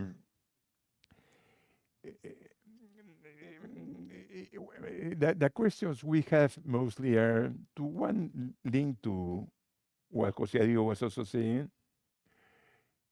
Until what level are we going to reduce the interest rate? And second, what we try to address first maybe, is how much below the Fed we can be. We have been below the Fed even 100 basis points before, but previous rather brief, 8 months. Chile has also been 100 basis points below the Fed. What we saw at the start of the year, and Chile also suffered that, a lot of derivatives were betting on depreciation of the Chilean peso, the Peruvian sol, as we were approaching the Fed rate. That has been reversed. Even in the case of Chile, they are now appreciating. They appreciate almost 11% in the first 2 months of this year. In our case, we depreciate a little bit less, 5%. We intervene the market after I depreciate the 5% because of one main factor. We estimate a pass-through close to 0.1. So a 20% depreciation will translate into a 2% inflation. When we're trying to reduce it, when we have already anchored well inflation expectations, we're concerned that it will affect. And what we saw is that the demand was coming the forward market that was increasing week after week enormously. So we allow it to depreciate somewhat just to react afterwards. And we were successful, we were reverted in a few days, actually, completely with a very little intervention, actually. I believe that probably we are going to suffer some of these attacks, but I believe that it will be as soon as we approach, once we settle at a rate of, I don't know what, probably in principle, the difference of the exchange rate will be just the difference of the rate. But the betting, that in the process of getting there is what has been affecting us. We don't know if it probably will happen again, but I don't know. The other point is how low do we go? Our latest estimate of the neutral rate is 2.1 for Peru. What we saw was not in the meeting 2 weeks ago at Basel, but on the meeting on March, the discussion was neutral rate. And actually, most of the governors believe that probably the neutral rate is higher. Yeah, because last week, there was a meeting of the people in charge of economic studies of the Americas Committee, the preferred will of Basel. And almost all the countries, United States, Canada, and 5 Latin American countries, also believe that probably a neutral rate should be somewhat higher. We saw in the dots of the Fed how it increased from 2.5 to 2.6. Probably the process of those will be increasing slowly, gradually, and probably they cannot surprise the market. Of the models, you probably know more about that, the people at the Fed. Because the 0.71, I believe, is the one of Williams, or the Fed of New York, something like that, and other models go to 2. Who knows where it is? But probably it's more than 0.71, I would say. And the second factor probably that is also important is inflation is going to be higher. And I believe there's some sad factors that are pushing for pressure on prices. One is energy transformation. That was climate change that might affect prices. Climate change in any case will affect volatility, so probably we'll have a less stable inflation. And of course, a less open economy. That tariff applied by Biden. Trump saying that he will apply a 10% tariff to everybody and 50% to China. So that will affect, of course, prices at the end. So it might be too recessionary, maybe to push too much to 2%. So probably we'll have to accept a little bit more from some time at least. And I believe what many of our countries have, Colombia, Peru, is not a point, but a range for a target of at least 2 plus minus 1 will probably become more common. It's so hard to, it doesn't make any sense. What people want is inflation low and stable, whether it's 2.1 or 1.9 or 2.2. So probably give some leeway so as to adapt, no? The other point I want to mention is that I believe in all the countries that have increased the interest rates, inflation is going to come down. It might take a little bit longer. In our case, it happened also, but it happens almost all developed countries. This first quarter was a surprise. Inflation was somewhat picking up again compared to the end of last year. There are a lot of factors. I believe energy is also part of that. We had a decrease in the price of energy last year, an increase in the first 3 months. Now energy is more stable. We have, in the case of the United States, shelter continues having a great weight, but it's going to come down. It might take a little bit longer. Probably in the next 2 months, Canada, United Kingdom, European Union are going to reduce their interest rates. And I don't know the Fed, but maybe September, and probably 2 or 3 reductions will not be surprising. The inflation is coming down. I believe all central bankers are confident inflation is going to come down. It may take a little bit longer. Inflation might finish not in 2% by 2.3, 2.2, but they are pretty confident inflation coming down. And I believe that is a tribute to the monetary policy is working. Just, I don't know how much time I have. Yeah, just to finish, I mentioned some of the aspects that are typical of the central banks, the obvious one. I believe that many times the central bank has been charged to too many other factors. When the central bank was the only player in town, particularly after Lehman, almost there was a pressure, you have to do something more. Even not leaving time for the thing to react. And also the other point was mentioned indirectly by Jose Ario, fiscal policy was not so active after COVID, but excuse me, after Lehman. At first, of course, Obama pushed something, even the end of Bush after Lehman, but just after Lehman, but the next year, you had fiscal policy was not active, and they could not have any fiscal policy to support. What happened this time is that fiscal policy was very active, and probably contributed in part to having inflation. And just to finish, of course, there are elements of demand. If it was just a supply shock and the demand was not there, you would have had a recession. Instead, you have a very strong growth. No? And I believe I am in time. No? Thank you.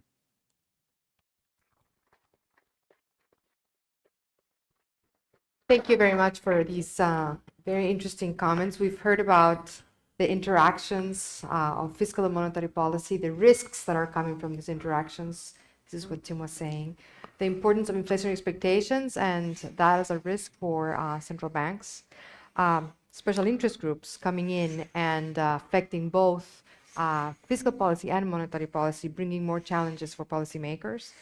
And all these external conditions, commodity prices moving in U.S. monetary policy, etc. So a lot of challenges for emerging markets. I want to open up for questions from the floor to get to any of our panelists. Yes, Mark. So just the way I've thought about inflation is the way Tim was talking, like the way Sargent taught us that ultimately there's a fiscal side to this.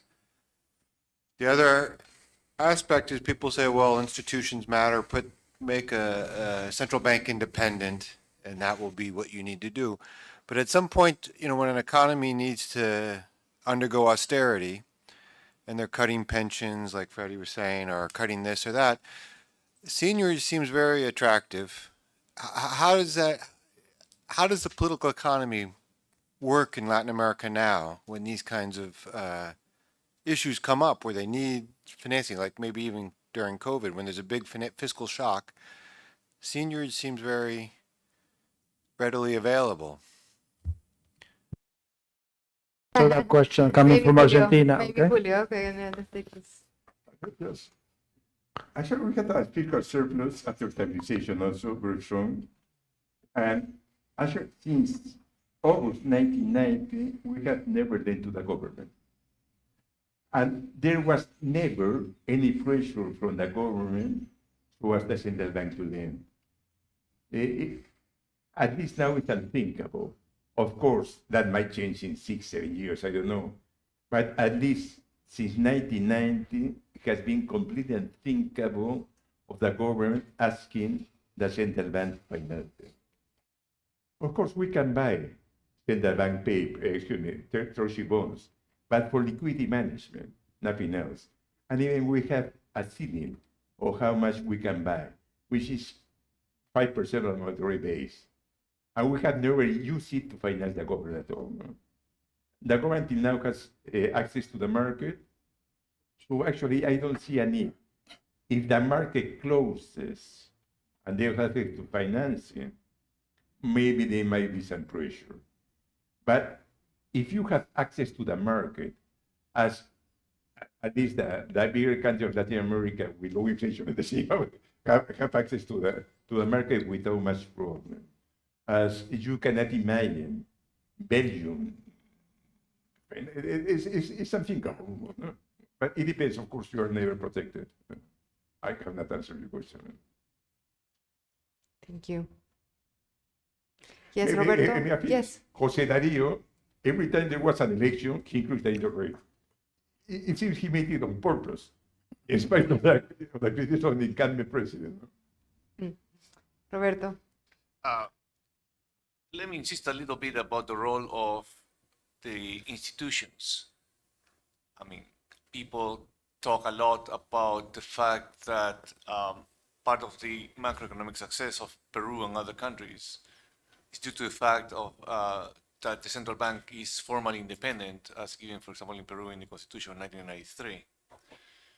But legal independence is probably, in my humble experience, maybe there is something else, which is there is the culture or the consensus that independence, leaving the central bank to pursue a number of objectives such as price stability is fundamental, right? And so I would like to get your comments about this. This is important. For example, like I said earlier, Julio Velarde was mentioning, well, you know, in 1990, there was the consensus among economists that fiscal discipline, for example, was basic, was fundamental, right? And partly this was because all other alternatives had failed, right? And I was wondering, well, you know, this consensus was crystallized in this legal institution, but without the consensus itself, the legal institution would have not been durable or effective. I wanted to hear your Thank you. thoughts about it. Maybe Federico can start and some challenges. And No, I definitely think the institutional is key, and maybe I'm going to illustrate it with a personal story. And the personal story is that when we came to government in 2015, Macri said, Federico, why don't we pass a law for the independence of the central bank? And I answered to him that in Argentina, laws kind of mean nothing. One thing is in the constitution, okay, but the law means nothing. We had a convertibility law, and then one day the government came and woke up and said there's no more convertibility, and the central bank can finance the government again, etc., etc. So I said, you want to bring down inflation? I want to bring down inflation. Let's bring down inflation, and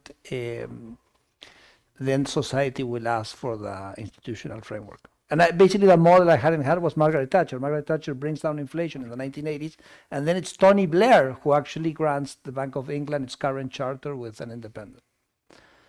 I remember I told this story in a dinner to Agustín Carsten, and he kind of said, no, how did you do that? Because he said the institutional is not a black or white. You're going to be faced situations where it's a gray area. I'm talking making a law for the independence of, if you have it in the Constitution, I think these two gentlemen here had, I think that gives them much more strength. But even in a law, he said at some point you're going to have something which is on the margin. Yeah, maybe the government wants to push monetary policy a little bit, and if you don't have at least that backing, you're going to be in a weaker position to defend the independence of the central bank. And actually 2 years after, that situation happened. So I think it's fundamental. I mean, whatever you have at hand, which is institutional, take it. Okay, that would be my lesson to the younger guys here in the crowd. Okay. Thank you. Maybe some thoughts, Jose Maria? Yeah, very, very short.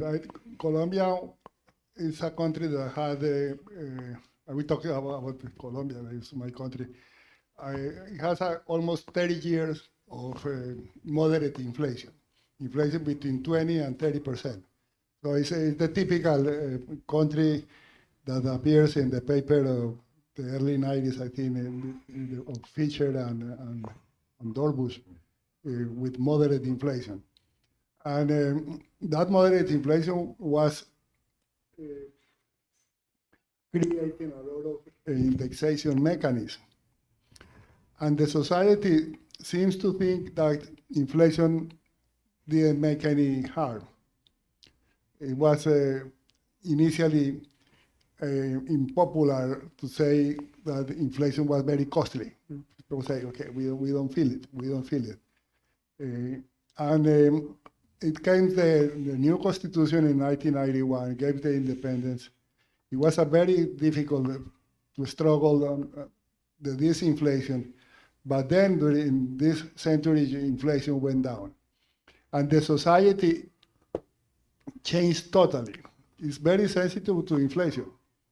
So when inflation has been shocked by even for food prices or niño, people really feel bad.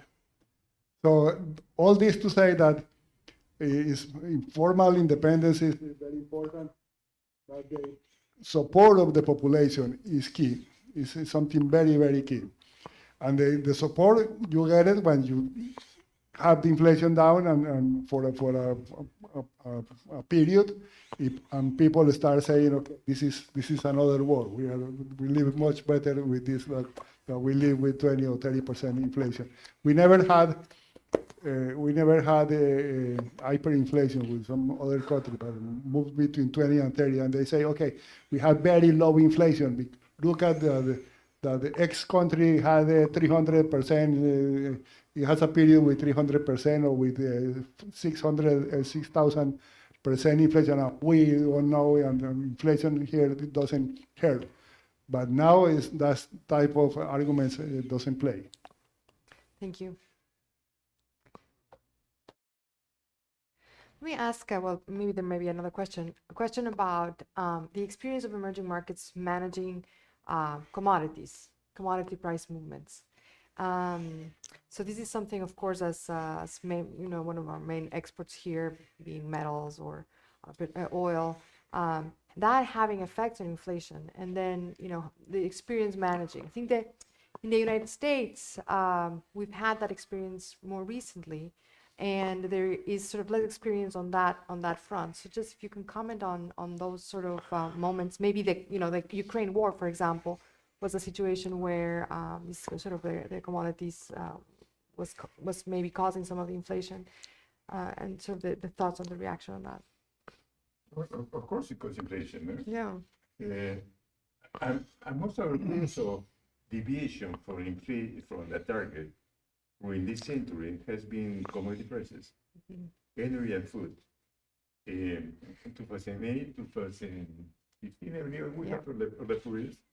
And how do we react if we believe that it's going to be very short and inflation and expectation are going to be contaminated?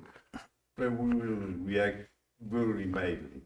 We have to have basic points increase, and nothing more. The problem is when there is a big increase in prices and you are full of money because of the prices, the problem is not the influx of commodity exports.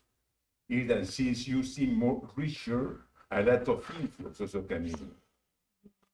We saw that in the period, in many of the countries actually, saw that in the period of the Lehman, after March 2009, after the low performance of China in the fourth quarter, and their excellent performance in the first quarter of 2009, and after their currency settled, after the swap line to Korea, Singapore, Brazil, and Mexico, so you saw a big increase in inflows, an increase in the price of commodities.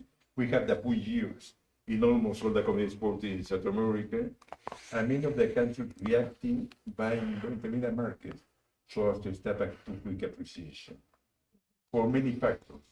So a good part of the reserves that we have not been intended to be as reserves.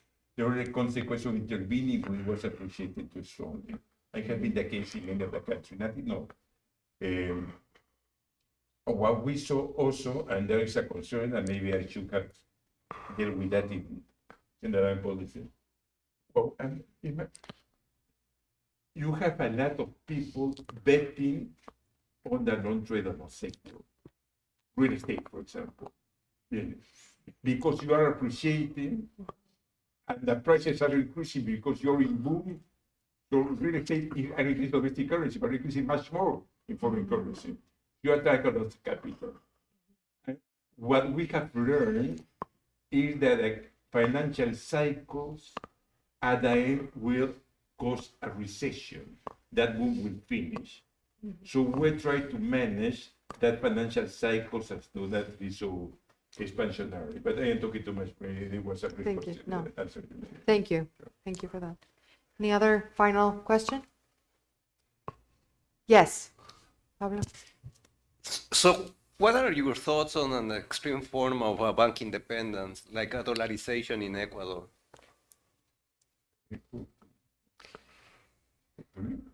Maybe Federico. It's a general question. Anyone that wants Well, to pick it's interesting. There's been a lot of debate in Argentina about that, and I mean the pros are clear, no? I mean we cannot commit to this. It's a way of kind of generating an institutional framework. The cons are also clear. You're left with the exchange rate. You lose the exchange rate as an adjustment mechanism. Maybe the comment I would like to make is that my views have changed a little bit on the seniorage issue, because you also have the seniorage, no? And I made a comment today, which is that not having this high inflation also imposes a very high seniorage cost in Argentina, because Argentines save in dollar cash, and they also pay the seniorage cost. So it's not so clear to me that going to a dollarization is going to increase that seniorage cost. Of course, you have the growth and the increase. But then the other thing is that Argentina basically has eliminated the use of cash. Not completely, but I mean, today the economy uses 30% of the cash that it used when I was a governor of the central bank. And so the seniorage cost of not having cash also allows you to save on the seniorage cost of dollarization, correct? So I think we need to think about, this is what I would maybe like to add here, that when you have economies which are relatively more cashless, it changes our relative cost benefit. I mean, at least the relative cost of the seniors, which was one dimension which, in my case, for example, I thought it was a very important issue that kind of spoke against dollarization, correct? Now I think that cost is not so large, and well, the other two are still there, correct? Thank you. Maybe a final question. Yes, it's to Federico. You had shown us what happening with the primary expenditure, but what is happening with the revenues? I mean, the recent reduction in inflation rate has going to have payoff. What I mean is it large or expected to be large, the Olivera Tanzi effects? Well, it's interesting, no? Because this fiscal surplus has happened with a relatively large, steep recession. So that means that as the economy recovers, I think fiscal numbers will increase. And also in these 4 months, the adjustment in tariffs only happened in April. So the reduction in the energy subsidies kind of came at the end of these 4 months. Now the government is a little bit, to change taxes, you need Congress. And the government has a very little representation in Congress. So the only tax that it had some leverage to change was trade taxes. So it had to increase trade taxes coming into the government, which I think is not something that the government would have wanted to do. But I mean, right now, everything is conditional on getting the surplus. So you leave all your ideas aside as long as you get the surplus. As I say, look, I'm a pretty orthodox guy, but Milei is kind of off my charts. I can't find him, okay? I mean, I look in my scale, he's kind of off in terms of his obsession with fiscal surplus. And then there was a particular challenge because Argentina, I think it's an interesting case. In the last 3 months of the campaign, Argentina wiped out the personal income tax. And this is not a joke, okay? This is so the candidate came and said, let's bring down so people will feel that their wages have gone up, correct? And obviously everybody voted. These interest groups, they voted because they knew, okay, we'll help this guy win the elections and then we'll reinstate the income tax later. But it kind of didn't work. It didn't work in 2 ways. First of all, there was no reduction in any taxes. Basically, you shifted from the personal income tax to the inflation tax, correct? Because but the government now inherits a government where the personal income tax has been weakened, no? And I think that is kind of increases. I mean, I think that's something that has to be solved because because as I said, I mean, income tax I mean, you can't build a tax system within the income tax. But so far, to answer your question specifically, it has been the increase in taxes that has happened has been more on the trade side. But for the president, he believes that the adjustment has to come from a reduction in expenditure. So he campaigned on the basis, I'm going to reduce taxes. The only way to reduce taxes is to reduce expenditure, because, I mean, every spending is paid for, either with formal taxes, with informal taxes, which is inflation, or with future taxes, which is debt, okay? So he said, oh, you know, we want to reduce taxes, okay, we need to reduce expenditure, and that's basically what he has focused most of his energy, as you saw in the table. Thank you. Thank you. Fascinating discussion. Let's give a round of applause to our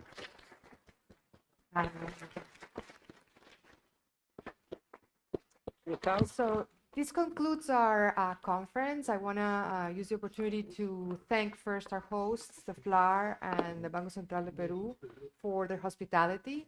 Thank you also for the people that have been working on this conference, Carlos Giraldo from FLAR, Carlos Montero from Banco Central de Peru, and their whole staff, you know, everybody in the back. Thank you for the slides, the people that are helping us with all our connections and our logistics. Let's give them a round of applause.